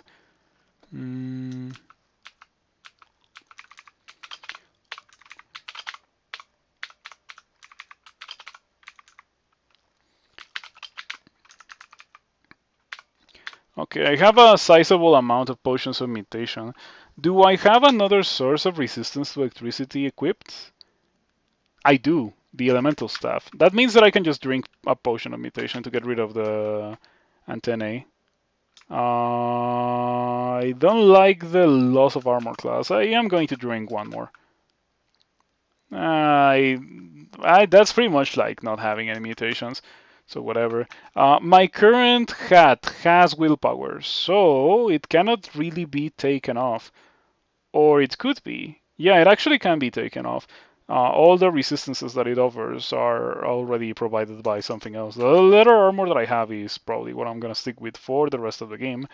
That reminds me of the good old times when I had characters that I was like, okay, this is incredible. I'm not gonna find anything better, and then I immediately find something better than that. It's something that hasn't happened to me in quite a while. But there's like one of my characters on YouTube where I say that like 3 times in a row regarding my weapon. Like I think I found like um, like a Morning Star or so. I think it was EOS. I don't remember which one it was, the one that started it all. But I was like, okay, this is pretty good. I don't think I'm gonna find anything better. And I find like a Laya tank of speed or so. And then I find like an Evening Star of speed, and I just stuck with the Evening Star of speed because it was one-handed and maces. Um, yeah, it was pretty interesting. It happened quite a while ago too. I wish I remember which specific character it was. Um, there was something. Yeah, helmet. Helmet. I need a +2 helmet. Oh, this glowing helmet that I had on D1 might be what I want to use this time. It's a helmet of sea invisible, so a rather valuable property. The hat is good enough to be worth a slot in my inventory, whether I win or die. Enchant armor. Let's go ahead and enchant it. Very glad that I don't particularly care about enchanting any armor because I only have 3 scrolls, now 2. But let's go back to Shoals. We should be able to do this easily. This character, I think that this character could probably do 15 runes. Look at my Chain Lightning. It's already at 52% chance to fail with only 17 conjurations and air magic. Also, I could just grab a Ring of Intelligence off of Elf 3 and put that on for more success rate on Chain Lightning. I don't really need the extra strength nor the mana. If I'm gonna be casting Chain Lightning and killing things with 2 casts, if I can get that soon, that's gonna be great. It's really gonna be insanely strong. Okay, that Spectral Kraken was significantly easier than I thought it was going to be.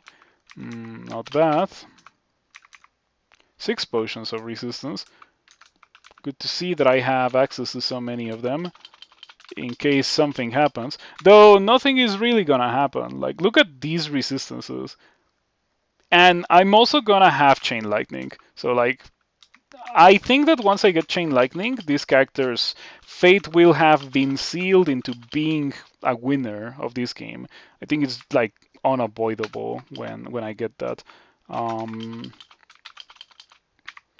So yeah, like I'm very happy to be wearing this leather armor that I currently have because it is light enough that I don't really have to get any strength, and due to my nature as a very powerful spellcaster, I won't really need anything heavier than that.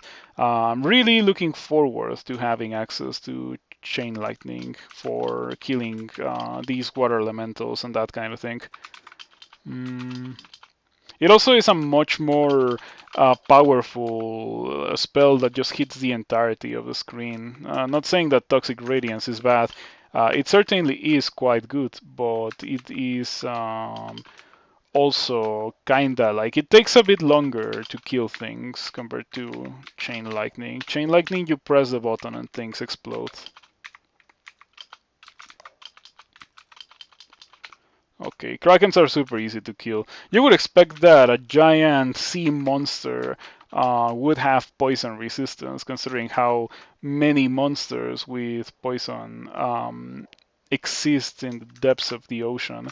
But Krakens in this game don't have poison resistance, and that makes them really, really easy to kill. Shows 3 with an interesting layout. Shows layouts are usually like very open and stuff, but this one doesn't seem to be like that. Oh, I got marked. Better stall a bit for time. This is, yeah, nice, interesting little bolt that we got right here. Fenstrider Witch. Okay, Fenstrider Witch making a cameo. It is poison resistant, so I'm not gonna be able to kill it.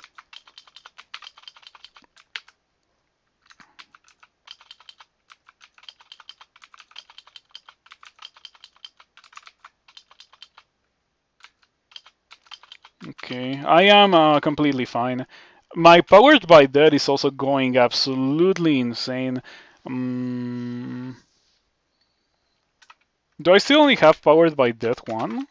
Yeah, that's a mutation that I would have liked to have early instead of the hoops, which haven't really done anything. Mm, Nor will they do anything. But anyway, my powered, like you can see there, 7 regen. Powered by that is one of the most absurd mutations that a Demonspawn can ever hope to get from leveling up. It really is the most powerful one. I think other ones that like can come close to its power level are like maybe the Damnation mutation, since you get access to Damnation and Damnation just kills everything, but it's not that powerful compared to Powered by Death.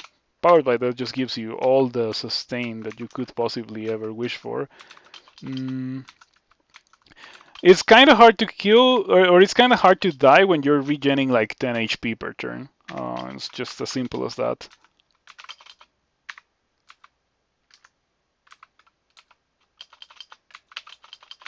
Okay, easy kill of that Kraken. Venom Mages, pretty good slayers of Krakens. Also, I wonder how easy.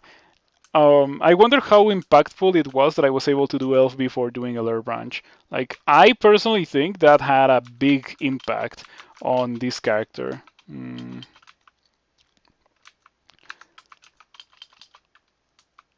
Yeah, I think thanks to that, I have been able to do this without a lot of pain and suffering. Because normally this part of the game is like the most difficult part of the game.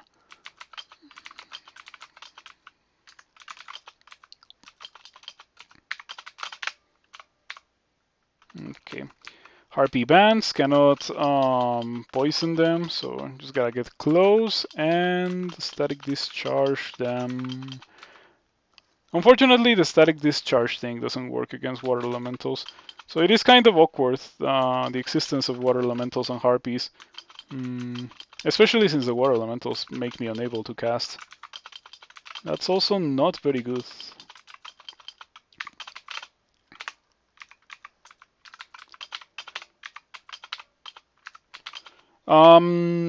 Do any of you have plans for the weekend? It's Thursday, but like it's close enough that I feel like asking.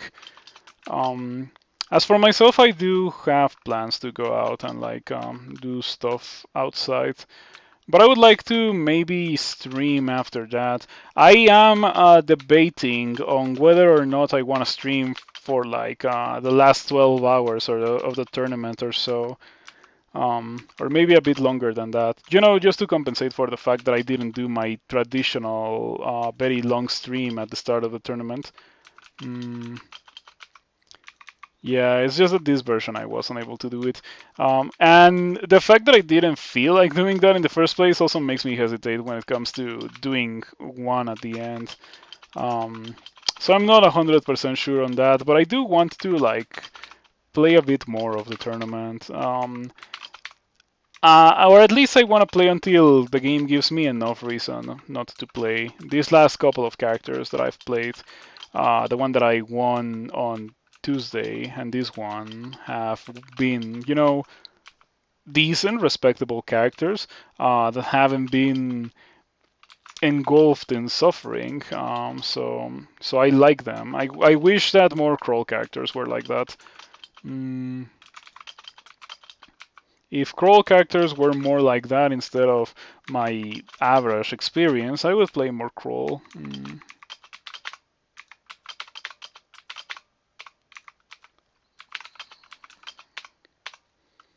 Okay, we're just absolutely destroying this, by the way. Like, that is not to say that these guys cannot hurt me. They definitely can. It's just that I hurt them a lot more than they do. I kill them really, really fast. Even this Titan, like, normally you would be like, oh, why is there a Titan in Shoals? That's like kind of messed up, but I just kill it with poison. Okay, we got the rune number 2. Phantom Mirror, I want that. Let me drop something to pick that up. I think I can drop Sniper. I want to use a Sniper one of these days. It's a pretty cool idea of a weapon, but I have never been able to use it. Yeah, pretty cool idea. First apostle of the god Ashensari. Talking about Ashensari. Grants a weird a fraction of Ashensari's own vision, ensuring that every shot will land through. Yes, in case you didn't know, that's the gimmick of Sniper. You don't miss when you're using this, which is, of course, incredibly powerful when fighting certain enemies. There is a hefty price to pay for such certainty, and the weapon is very, very slow. The minimum attack delay is 1.3, as you can see, and you need 28 skill to get 1.3 attack delay every time. In reality, you're gonna get 1.3, 1.4. So yeah, you kind of have to go Okawaru if you really wanna have the if you wanna have a good attack speed when you're using that item. Mm. So that Ring of Willpower and Tree Slaying, obviously really good, but also obviously not a ring for this character. This is not really a character that taps, though it could tap. It's just unsafe and unwise to tap, since my defenses are absolute garbage. Hello, Prince Cosmo. Thank you for stopping by. Good to see you around. Have you been playing the tournament? I was just asking if people had plans for the weekend, and I mentioned that maybe I'll stream a bit more of the tournament. I was wondering if other people were also gonna play a lot of the crawl tournament over the weekend. I'm still not 100% sure on that, however. But I would like to be able to do it. I would like to want to do it. Is this a strong wizard? It is a very strong spellcaster. 45 intelligence, staff of resistance. I am well on my way to getting chain lightning, and I just picked up my second rune. I think that I'm going to win this. My defenses are looking kind of whack, but my resistances are looking really, really good, which greatly reduces the amount of damage that I have been taking from everything. And I have good damage output myself. The character is just in a really good spot. Big fan of what we have going with this character. Any other endgame spells? We have everything, because we are a worshipper of Sifmuna. We have Death's Door, Shatter, Firestorm, Crystal Spear, Ignition, Refrigeration. We have Haunt, Orb of Destruction. Pretty much whatever you want, I have it because Sifmuna. I decided to go Sifmuna on a whim, and it's been useful. It's not been worthless, but I do notice the impact that Behemoth has on my characters a lot more. So in any given situation where I am wondering about a Goth for my spellcaster, I would still go Behemoth, but I cannot say that Sifmuna has been treating me poorly this game. It's just that it took forever for me to get 6 pips of piety. And then it's like super easy to lose it. I pretty much haven't used abilities of Sifmuna in a while. I do use the mana every now and then, since like having access to a large amount of mana over time is quite useful. This character has gotten some insane mutations for being a spellcaster too. I have an absolutely massive brain. When low on mana, I restore mana instead of health.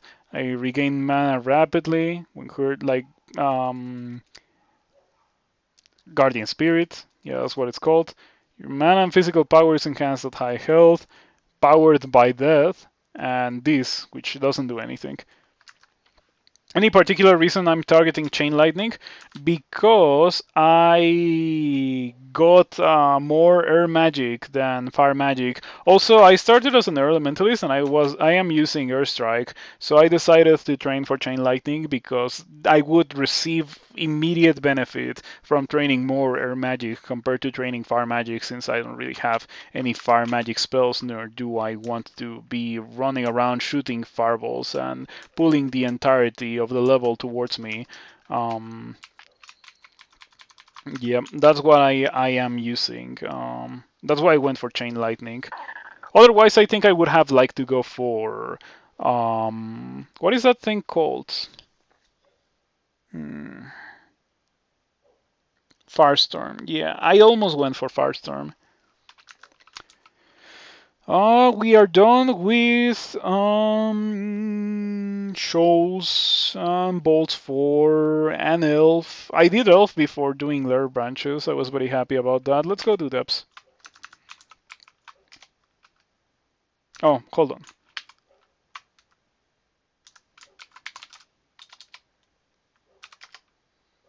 Yeah, I need to go real quick to elf 3 to pick up this ring of intelligence.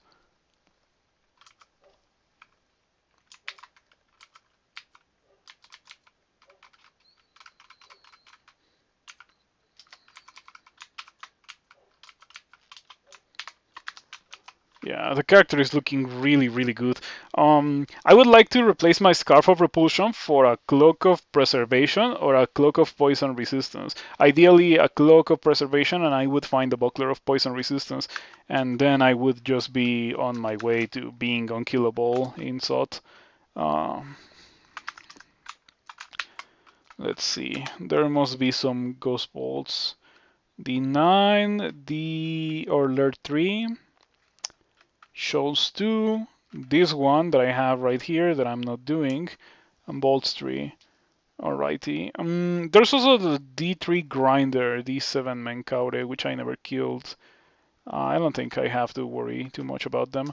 I've already killed them in the tournament, so I don't need to kill them again for unique hunting purposes. There's a banner that you get for killing 82 uniques or so. It's gonna be difficult. I think it's 85. Yeah, I don't think I have killed nearly as many. And there's always the like really really rare ones like Ignacio, Murray, the extended ones. I have yet to do an extended run. This might be it. If I don't finish this today, I would come back tomorrow and finish it. Mm, and I would start earlier. That's what I wanted to say. Anyway, let's go do depths. Yep. Sorry for that. There's a Wizlav right here. Shouldn't be difficult. This is a place where the vast majority, if not straight up the entirety, no, it's not the entirety because of the existence of dragons.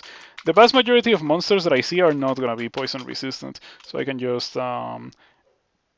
poisonous vapors, ignite poison them, and then they die. Let's read magic mapping so I don't miss that thing. It is right there. That's the bolt. I like this bolt a lot. It's a very pretty bolt in console. In Taos is not as pretty, in my opinion. Um, yeah, this is a very weird color that you don't really get to see that frequently in Crawl.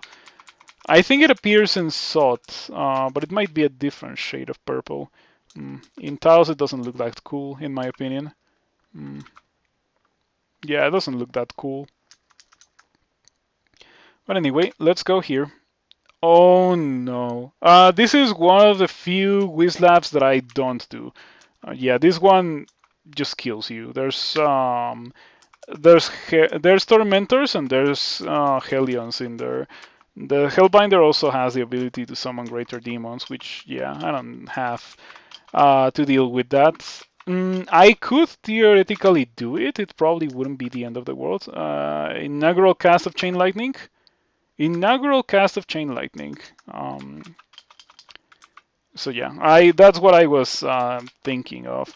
That I had Chain Lightning, so I could have theoretically done Chain Lightning there, but I didn't want to risk it too much.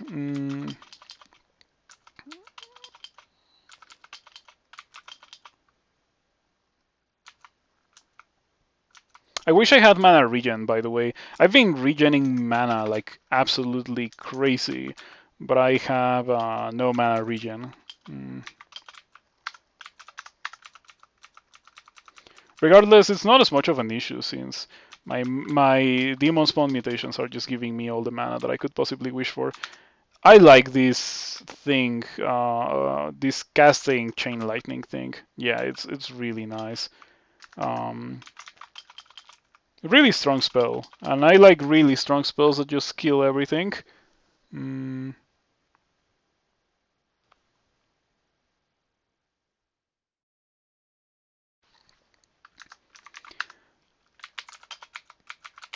So yeah, I'm looking forward to getting to that point where I just like start chain lightning everything. Chain lightning? Using chain lightning, yeah, let's put it like that. Using chain lightning on literally everything. It kills things that are lightning immune, in case you were not aware of that. It is a really, really strong spell.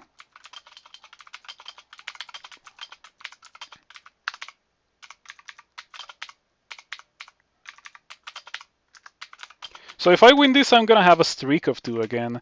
I don't wanna go for like, I don't wanna try for the streak 4.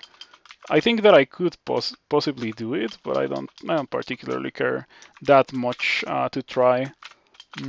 I would rather go for the 15 rune run, since I haven't done that.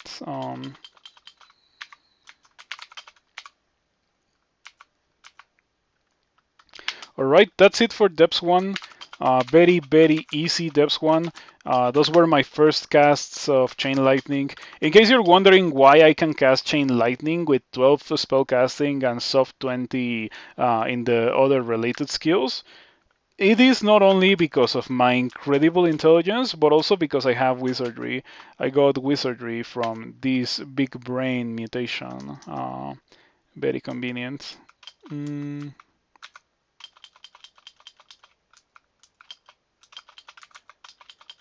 So those guys are resistant to electricity, right? Like the Cyan ugly things. They still absolutely die from what I'm doing to them. Wizardry from mutation. Giga Brain. That is right. It is quite convenient to have a Giga Brain. Turns out that when you have such a gargantuan brain, the game is significantly easier if you happen to be able to take advantage of it. I assume that a Demonspawn Berserker wouldn't particularly care about having +6 intelligence and wizardry. But who plays those anyway? Those are lame. MCC. I could get that, but does it matter? I'm gonna lean towards no, it doesn't matter. And you wanna know why I think it doesn't matter? Because Chain Lightning still kills everything in a single turn. Why is that thing empowered? Where did it get that from? That's crazy. Oh, did it drink a potion of brilliance? Because I guess monsters can do that now.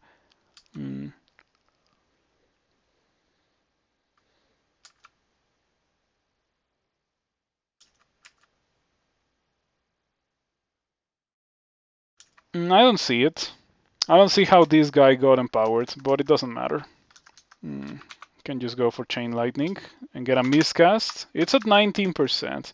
I am so anxious about casting Chain Lightning and having it work consistently. You feel saturated with power. So now I have a level 3 of augmentation. My Chain Lightning is at 85% power. 85. This is just like begging me to do Mega Sigging. It is unfortunate that I happen to get this character because a player that actively wants to do Mega Sigs would absolutely love to get the kind of character that I just got today. It is really meant to go ahead and do Mega Sigs. But I don't like or care about it, so I don't think I'm gonna do it. I might end up doing one. Yeah, I could do one. In all of my extended runs, I do a Sigurd because I think it is the best way to get more powerful for that brief period of time between.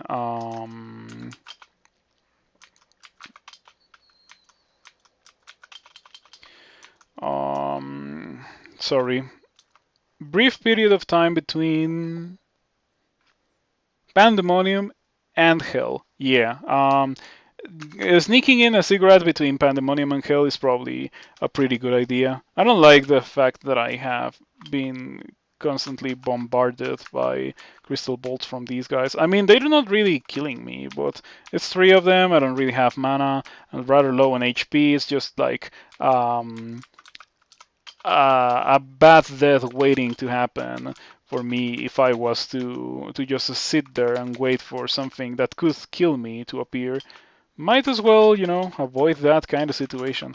Um, Something that I am grateful for is that I went into Spider and I didn't find Spark Wasps. I guess they would have been okay since I don't really have the I have the resistance and I've had it for pretty much the entirety of the game, but still I don't like Spark Wasps. They can get ridiculous even if you have the resistance. Mm, they also are like immediately next to you, so I don't need that. I got contaminated from miscasting Chain Lightning. Fortunately, I didn't get any malmutations affected or applied to me. Mm, Lots of Crystal Guardians. This would be significantly easier if I another or miscast of Chain Lightning, but there we go. We finally got it. As I was saying, it would be much easier if I had LRD, if I had gone for LRD.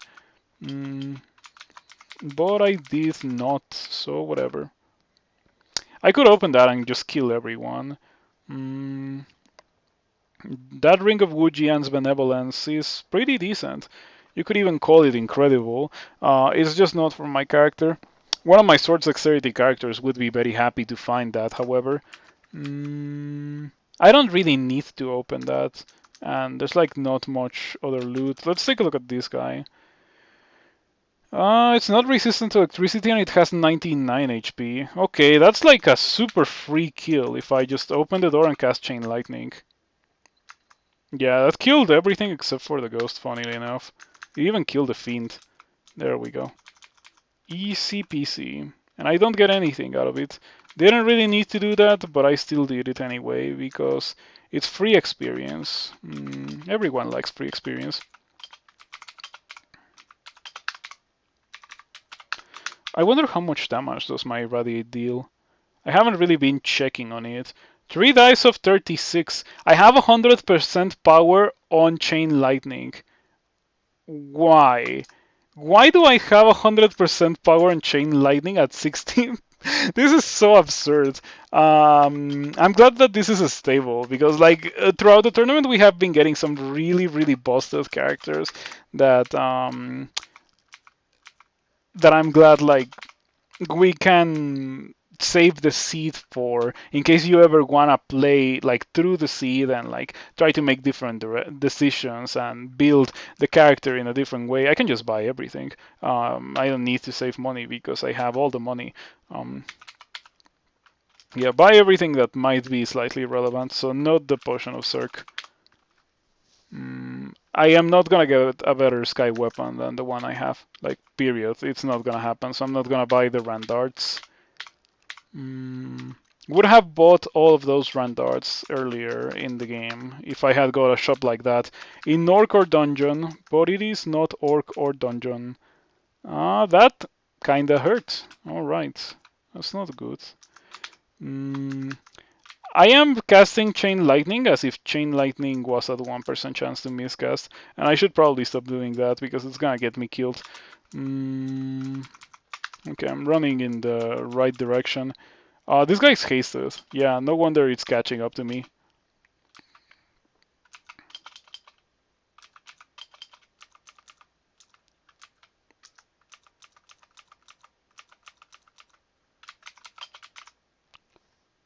Did it blink and landed here? That's a pretty good spot for it to land on. Pretty reminiscent of what I would expect a Vampire Knight to do. Oh, did I see? For a second I thought I saw that thing that I wanted earlier, Swamp Scales, but no.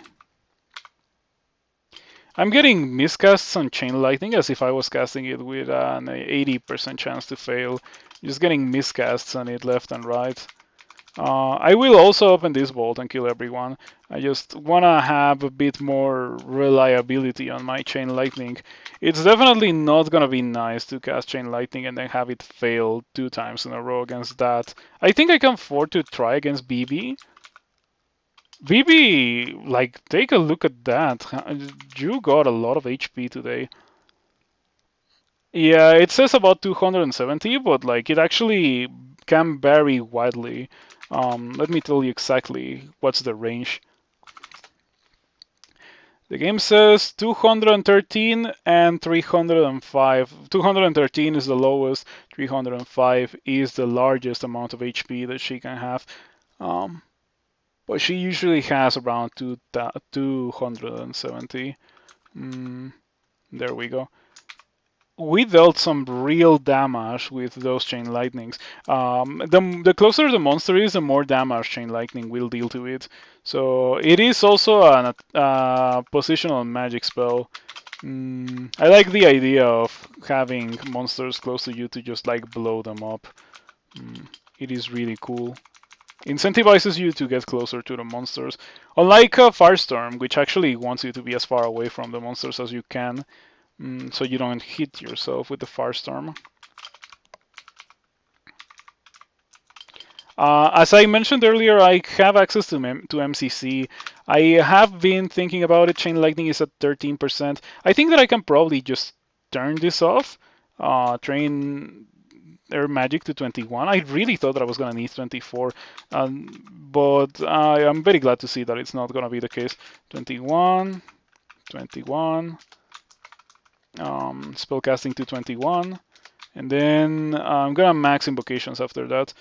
27 invocations. And after that, I think I would also max fighting and armor. You know, with 100% spell power, I don't really need to train my skills beyond like the point where I can actually cast the spell very consistently. I want Chain Lightning at 1% chance to fail. I don't think that it is something unreasonable to ask for, considering my ridiculous amounts of intelligence, the fact that I got wizardry. So yeah, funnily enough, you can airstrike monsters through grates. Unfortunately, you cannot chain lightning monsters through grates. I can probably kill that Spriggan Berserker before. Oh no, no, no! I don't want to have anything to do with Hell Sentinels. I will do the Sigrat, but I won't do the Sigrat immediately. The Hell Sentinel is gonna catch up to me. I'm gonna have to kill it with Chain Lightning.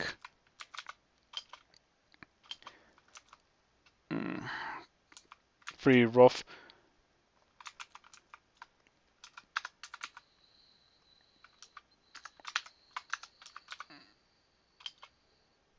Come on. I need this thing to die. Like right now. Okay, so if Mana Channel is giving me some real big boy amounts of mana, I'm thinking about using Divine Exegesis on the Hell Sentinel to kill it, because it's become pretty obvious that I cannot really run away from it. I also took a lot of damage. Disastrous. At least I can kill it. 13% chance to fail. Please don't fail. Thank you. Alright, that's what I wanted to see. As easy as that. Obviously, the Ice Dragon is a joke compared to that Hell Sentinel. We can just walk away from it like it's nothing, because it really is nothing compared to the Hell Sentinel. And come back and kill it for the audacity of trying to get me while I was weakened. Oh, I had Airstrike on the quiver. I thought that I had Poisonous Vapors. Yeah, my bad. Okay, let's get rid of that Spriggan Berserker. I should probably just exclude these. I'll come back when I can actually deal with those guys. That is when I have consistent enough Chain Lightning. Yeah, because having it miscast once or twice against that kind of monsters could be an issue.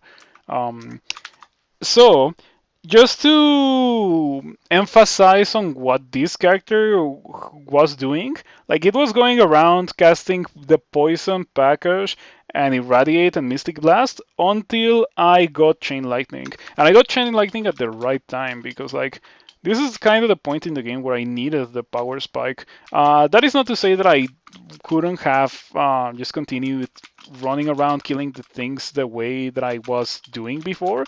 It's just that it would take me significantly longer. Like, as you can see it very clearly against this Ice Dragon, how long it's taking me to actually deal enough damage to kill it. And it's not like particularly threatening.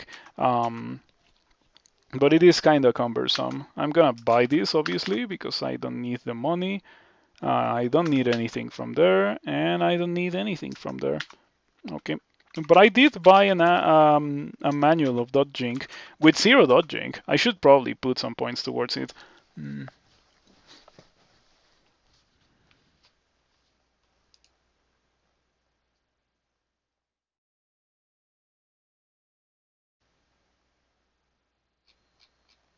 Mm. I am going to start training spellcasting now. Um, yeah, I'll train more magic later. But for now, let's train spellcasting. I think that the spellcasting will get me to where I want to be faster than training the other skills. I like poison magic quite a bit because I despise the Spriggans, and poison magic just destroys the Spriggans. Mm. It removes them from the face of the dungeon so quickly and so efficiently that I cannot help but absolutely love it.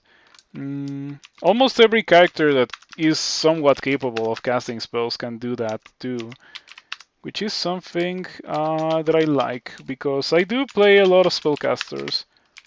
All that you have to do is find the spells and obviously train for them a bit, but training for them is not really that much of an issue. And it is, and the spells are so useful for so long. It's just a shame that Venom Mage is not that good of a start. I thought that I would be gaining a lot more spellcasting. It's taking me quite a while. I still don't have 3 runes, by the way, so I cannot go into Sot. I need to go, I don't know, do Slime or Bolt 5 in order to be able to do Sot. That's, I don't know what this is. I wonder if there's something inside. I mean, you would normally think that it's like a secluded vault that you would need to access through some stairs. But I can see all the stairs, so I don't know how you're supposed to get in there. This like huge ominous pillar is making me uneasy. Like, what's the point of this? Mm, who knows? Anyway, I will most likely never find out unless I go for long enough that I get Shatter, which is not really impossible. Mm, not really impossible. It also gets enhanced by the elemental staff, so I'm also gonna have it at 100% power. This must be like the weakest character ever that has 100% spell power on a level 9 spell. Like, I don't have it at 0% chance to fail, and I have 100% spell power on it already. It is almost magical, you could call it. Um, let's go get a third rune. The slime is gonna be my third rune of choice. It shouldn't be very difficult. I don't have resistance to corrosion. Does it really matter? Probably not. I hope that I don't blow up due to my own hubris. If it happens, it will be no more and no less than the consequences of my own actions. So, yep. But I don't think it's gonna happen. I really don't think it's gonna happen. I have a level 9 spell. It may not be Firestorm. Firestorm is kind of like the greatest level 9 spell for the purposes of killing a large agglomeration of monsters, but Chain Lightning is also pretty good at that. It's just not as good as Firestorm. But it certainly deals more damage than Firestorm, and it can be used in a more easy, user-friendly way, I guess. With Firestorm, you have to be like careful about the monster not being immediately next to you, because if it is, you're not gonna be able to cast the spell. It's gonna hurt you with the explosion, or it's not gonna do anything. But if you have Chain Lightning, yeah, you actually want it to be next to you. Pretty funny thing to think about. I should probably quiver. Airstrike, yep.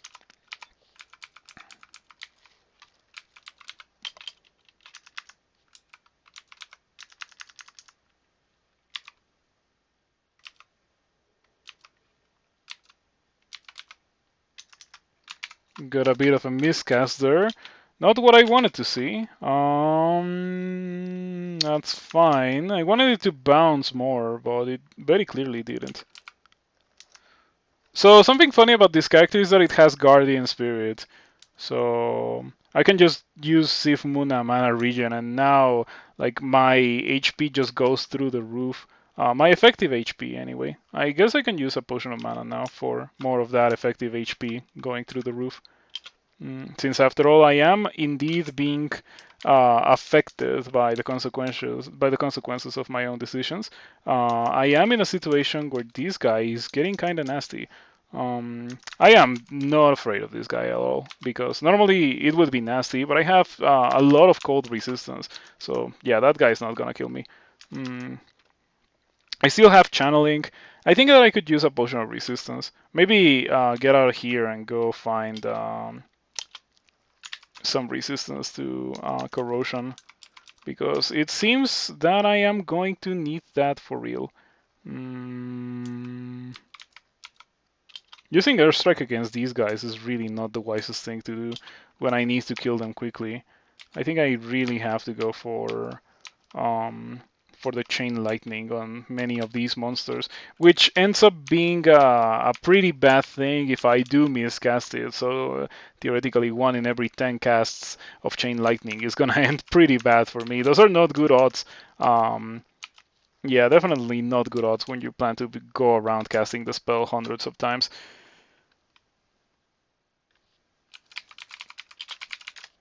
I don't have resist corrosion. I guess I have that on the floor. Do I want to wield that? I mean, I don't want to wield that. No one ever wants to wield this quarter staff. Did I find a funnier buckler? No, kite shield maybe. That's Donald's kite shield of reflection. Yeah, I don't particularly care about that one. It's a shame.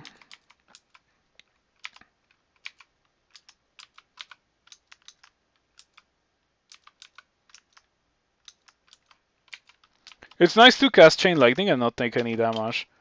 I feel like it is the it is a rare occasion when that happens. The Wave of Death grows in power, so finally the game decided to give me level 2 of Powered by Death. You know, it would be nice if there was an occasion where the final mutation that you got as Demonspawn was the one that removes a body slot. Also, I just realized that I didn't get any scales. I guess these count as my scales mutations, or like that counts as my scales mutation. It's fine. Really, no issues with that. No complaints. Especially like thinking about how magical this game has been. No pun intended, definitely. Never pun intended in this channel. I appreciate the fact that we got that big brain mutation instead of some lousy +4 armor class or something that wouldn't have had nearly the same amount of impact that that mutation had on my character. So yeah, I thought that I was gonna be suffering a lot more. I thought that every occasion where I saw an acid bluff was gonna be like danger, and I was gonna be close to that. But so far it hasn't really been happening. These guys are, or that guy is really not walking towards me. Chain lightning at 9%. Yeah, training for spellcasting is really getting the job done. I'm glad that I decided to go for it. After that, we're getting 27 invocations, as I already mentioned. I want invocations to be my highest skill, so I can get the title. And it also has like the nice little upside of giving me ridiculously large amounts of mana whenever I do decide to cast. Whenever I do decide to go for the channeling. So for the Royal Jelly, I have 11 Brilliance. I can use one. I will absolutely use one for the Royal Jelly. I need the Royal Jelly to get over here. Come out to play. Yeah, it's gonna get 2-shot at most. Yeah, there's a non-zero chance that I actually one-shot it. Like, it has 231 HP. Let me give you the range. The range is 193 to 264. So, there's a non-zero chance that I one-shot it. In fact, there's a pretty reasonable chance that I do, since I have 100% spell power chain lightning. 3 dice of 133. So yeah, there's a pretty decent chance that I one-shot the Royal Jelly. Let's see how that goes. It's not a one-shot, but it's probably gonna be a two-shot. And it is a two-shot. Oh, these guys are kind of spooky. Probably should have gone for... what is that called? Potion of Resistance. Yeah, probably should have gone for that. Anyway, I drank Brilliance in anticipation of the fight, like, costing me more mana, but, like, Chain Lightning is such a beast to spell. My previous experiences with Chain Lightning were with Jin, since it's such an expensive spell to get. But this time, cannot say that I am dissatisfied. Yeah, I think that it went very well to commit to the plan of Chain Lightning. I still think that it's an obscenely expensive spell, and the main reason why I was able to get it in the first place is because I got that mutation, that big brain mutation. But not only that, I also got quite a lot of intelligence gear. I got the elemental staff. Yeah, like, this is just such an insane character. I have 18 intelligence from items, and then I have 6 more from that mutation. So that's 24 intelligence. My base intelligence is 33, which is quite a bit, to be completely fair. I wonder if that takes into account the 6 intelligence from this mutation. It probably does.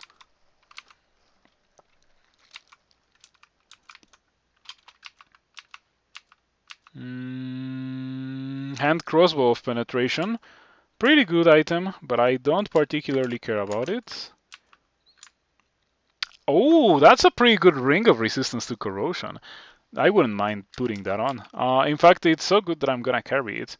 I think we can leave behind the Cloak of Willpower. I mean, I don't think I'm gonna put it on. Chances are good that I just stick with this +1 letter armor for the rest of the game, because it really is that good. It just provides me with resistances that I really, really want to have. The willpower, the resistance to negative, and the fire resistances are all things that I love. And am I checking my armor class that much? Not really. Not even level capped and already over 50 intelligence. The truly magical thing about this is the fact that I have 100% spell power on a level 9 spell. That's really difficult to get. In order to get it, you need like a 27 in all related skills and 50 intelligence and like 2 enhancers. But I have way more than 2 enhancers. So that's why I already have 100% spell power on Chain Lightning. It really is super difficult. There's many people that have won hundreds of games and have never had 100 spell power on a level 9 spell, because it's just something that doesn't happen accidentally. The stars need to align in order for it to happen, and the stars align for this character. I got everything, including a third rune, so I can just theoretically go do Sot and win the game. I am not going to do that. I'm gonna go do bolts. Let's go do bolts 5 real quick. Oh, there's no hatch. There's no shaft. I'm gonna teleport because I could be extremely overconfident and just like sit here and chain lightning. But that could have undesirable results. I think it did kill a good chunk of stuff, which is not bad. I immediately teleported after. That woke up the entirety of the level, because that's what Chain Lightning does. Also, look at my regen from Powered by Death. 10 regen from Powered by Death. 10. It's not even level 3, and it's already gotten me 10 regen. It's crazy. Once I have level 3 on it, it's gonna be something else. Yeah, the regen is going not straight to my HP, but it is helping quite a bit. it's giving me a lot of mana back, ideally, like theoretically. I'm taking quite a bit of damage, however. Not a big fan of that. Yep. Despite the fact that I have a lot of regen, I'm still taking quite a bit of damage. What's dealing the damage? Is it this Yoctor Captain? I think it is the Yoctor Captain. Interesting, because I still have repulsion. But I guess I don't have any evasion. So there's that. Gonna train spellcasting to 17, and after that I'm gonna turn on the manual of dodging, because I kinda do need some resistances. Yes, Chain Lightning is a spell that even if monsters are immune to electricity, they still take a ton of damage from it. Spells damage partially bypasses armor and resistance to electricity. So yep, pretty good spell for killing things in general, including Orbs of Fire. You could theoretically one-shot an Orb of Fire with this. I don't like the combination of the Flayed Ghost and the Yoctor Captain. I feel like that can very easily go very poorly. Chain Lightning? There we go. We finally killed that guy. You know, something that I am not that much of a fan of about Chain Lightning is that you cannot really like move it around. So I feel like whenever I am using Chain Lightning, I'm not fully in control of my own destiny. I have to rely on it going the correct way, which is normally not that much of an issue. You can kind of move around and maneuver the monsters to be in such a way that that it goes where you want it to go. But in a very complicated fight, that's not really the case. Anyway, I should be able to regen to full HP since I have Powered by Death. Man, Powered by Death is just like the craziest thing ever.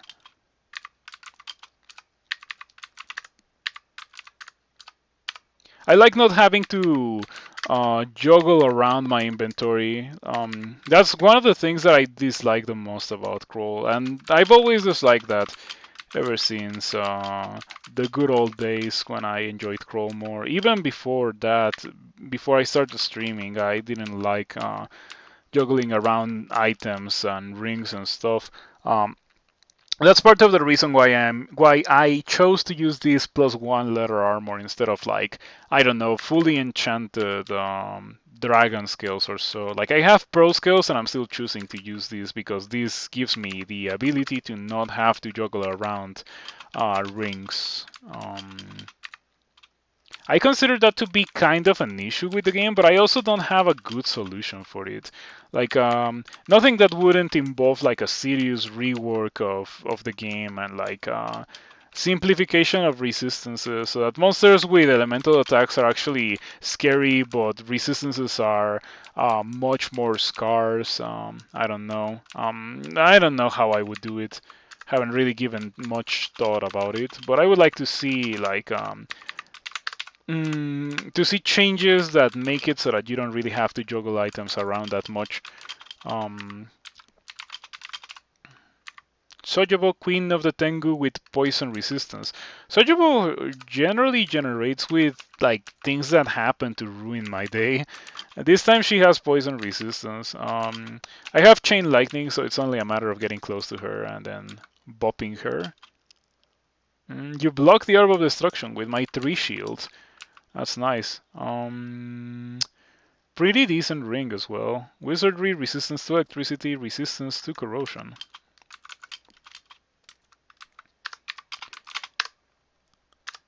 Better gear deeper down? That would be great.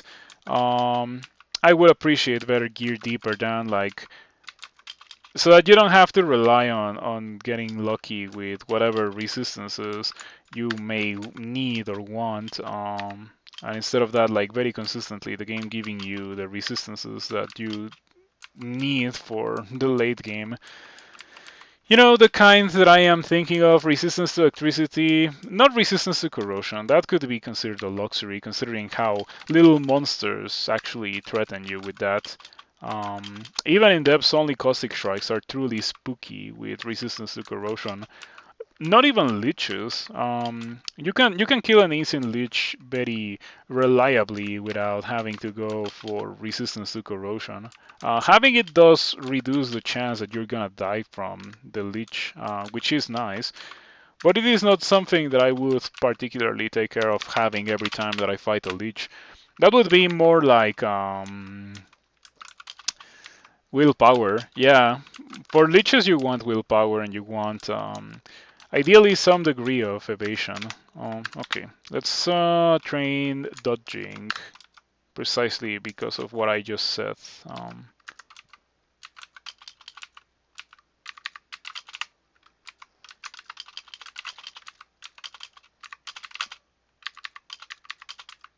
Oh, this guy has poison resistance. Well, not anymore.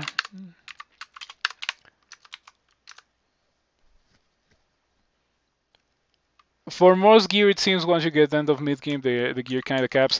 Yeah, like you reach when it comes to plain gear, I mean like body armors and stuff and like weapons. You get to layer 1 and you probably already have the weapons and plain armor that you could theoretically use for the entirety of the game. And you kind of need artifacts for you to like truly have good gear, you know, resistances and defenses and like cool properties.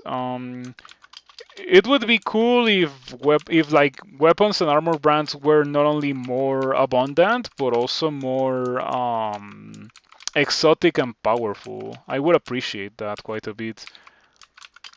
So it's reliance on artifacts was not that much of a necessity.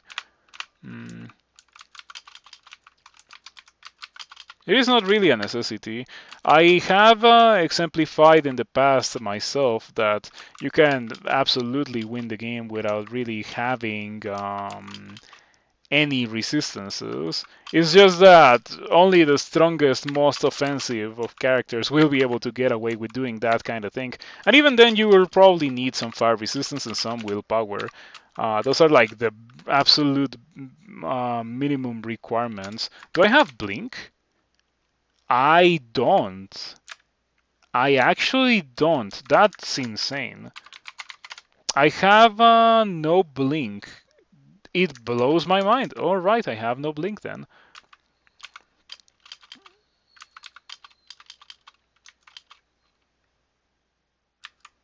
Let me heal this poison because it's making me nervous.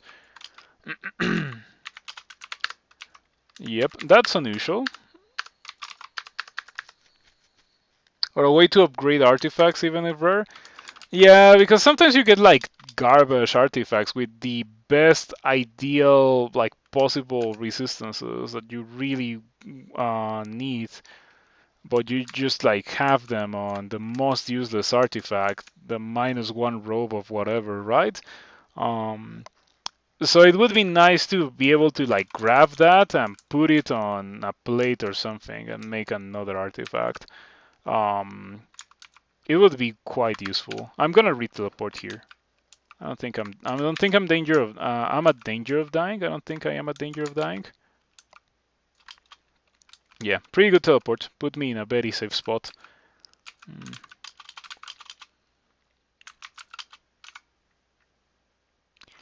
Another pretty good ring, Wizardry and Force Laying. Not really what I need or want with this character, but it's pretty useful regardless. Again with the Titan and its Surge Strikes, I'm gonna use Fogu here. I have a ton of them after all. I'm gonna re-teleport again. And I wait. Smite the Titan. The air twists around and strikes the Titan but does no damage. Shouts to damage variance. Buckler of Reflection. It is unfortunately not a buckler of poison resistance, so I don't particularly care as much for it. Yeah, the reflection property on a buckler. If I really wanted reflection, I would be using that kite shield that Donald dropped earlier.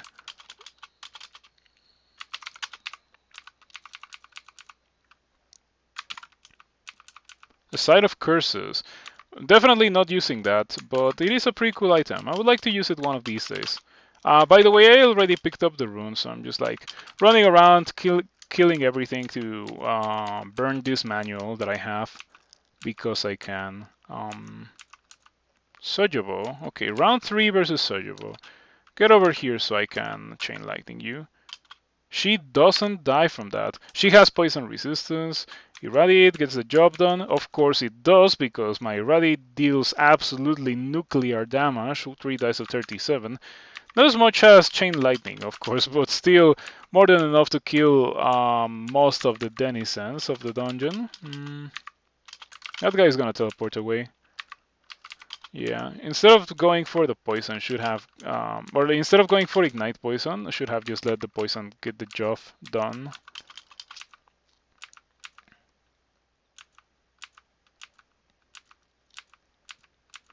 Manual of mazes. We've been finding crazy amounts of manuals. I have a manual of dodging, manual of armor, manual of mazes. Would like to find a manual of fighting, since after all I've been running around the dungeon with 15 fighting for what feels like forever at this point. Since I, after all, have to dedicate so much experience to the Chain Lightning plan, it is starting to pay dividends, of course. And I never really felt like I was struggling or making a mistake by committing to the Chain Lightning plan. But that's probably because the character is just really, really strong. I certainly feel like that. Mm, yeah, had I gotten a weaker character, it probably wouldn't have been the case.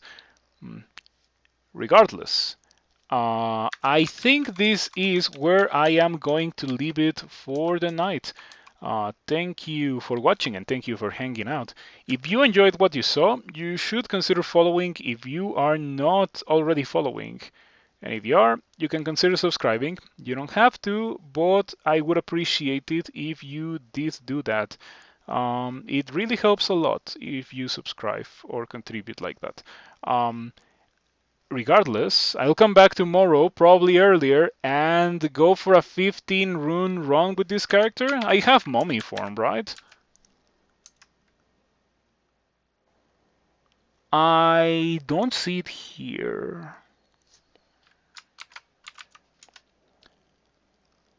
I don't have mummy form. Well, I mean, mummy form is not a necessity for Pandemonium, and Pandemonium is what I'm gonna be doing next. Like, I'm gonna be doing Sot, then Pandemonium. Sorry, then Pandemonium. So I have a fair amount of time to find mummy form. And after that, I would be doing Tomb then Hell. So yeah, I have Chain Lightning already, and quite a lot of experience to spend moving forward. I'm probably gonna be getting Shatter and Firestorm, maybe even Glaciate. Yeah, I still have to think about it. Firestorm is significantly cheaper to get now since I already have enough conjurations to be able to cast another level 9 conjurations. I know that I won't need more for Firestorm, and I only need to get like 20 fire. But yeah, that's gonna take a while. It took me quite a while to get to where I am. But the point in the game where I am right now gives quite a bit of experience, so it shouldn't really take me that long to get Firestorm going. Um, but anyway, let's save here. I'll come back tomorrow. Let's see who is streaming so we can give them a rate. Thank you for watching and thank you for hanging out. I already said all that I usually say. I appreciate your support quite a bit. And it is good that Kroll decided to be benevolent to me today, because sometimes Kroll can definitely be extremely rough, but not this time. And I'm really, really glad that it was not this time.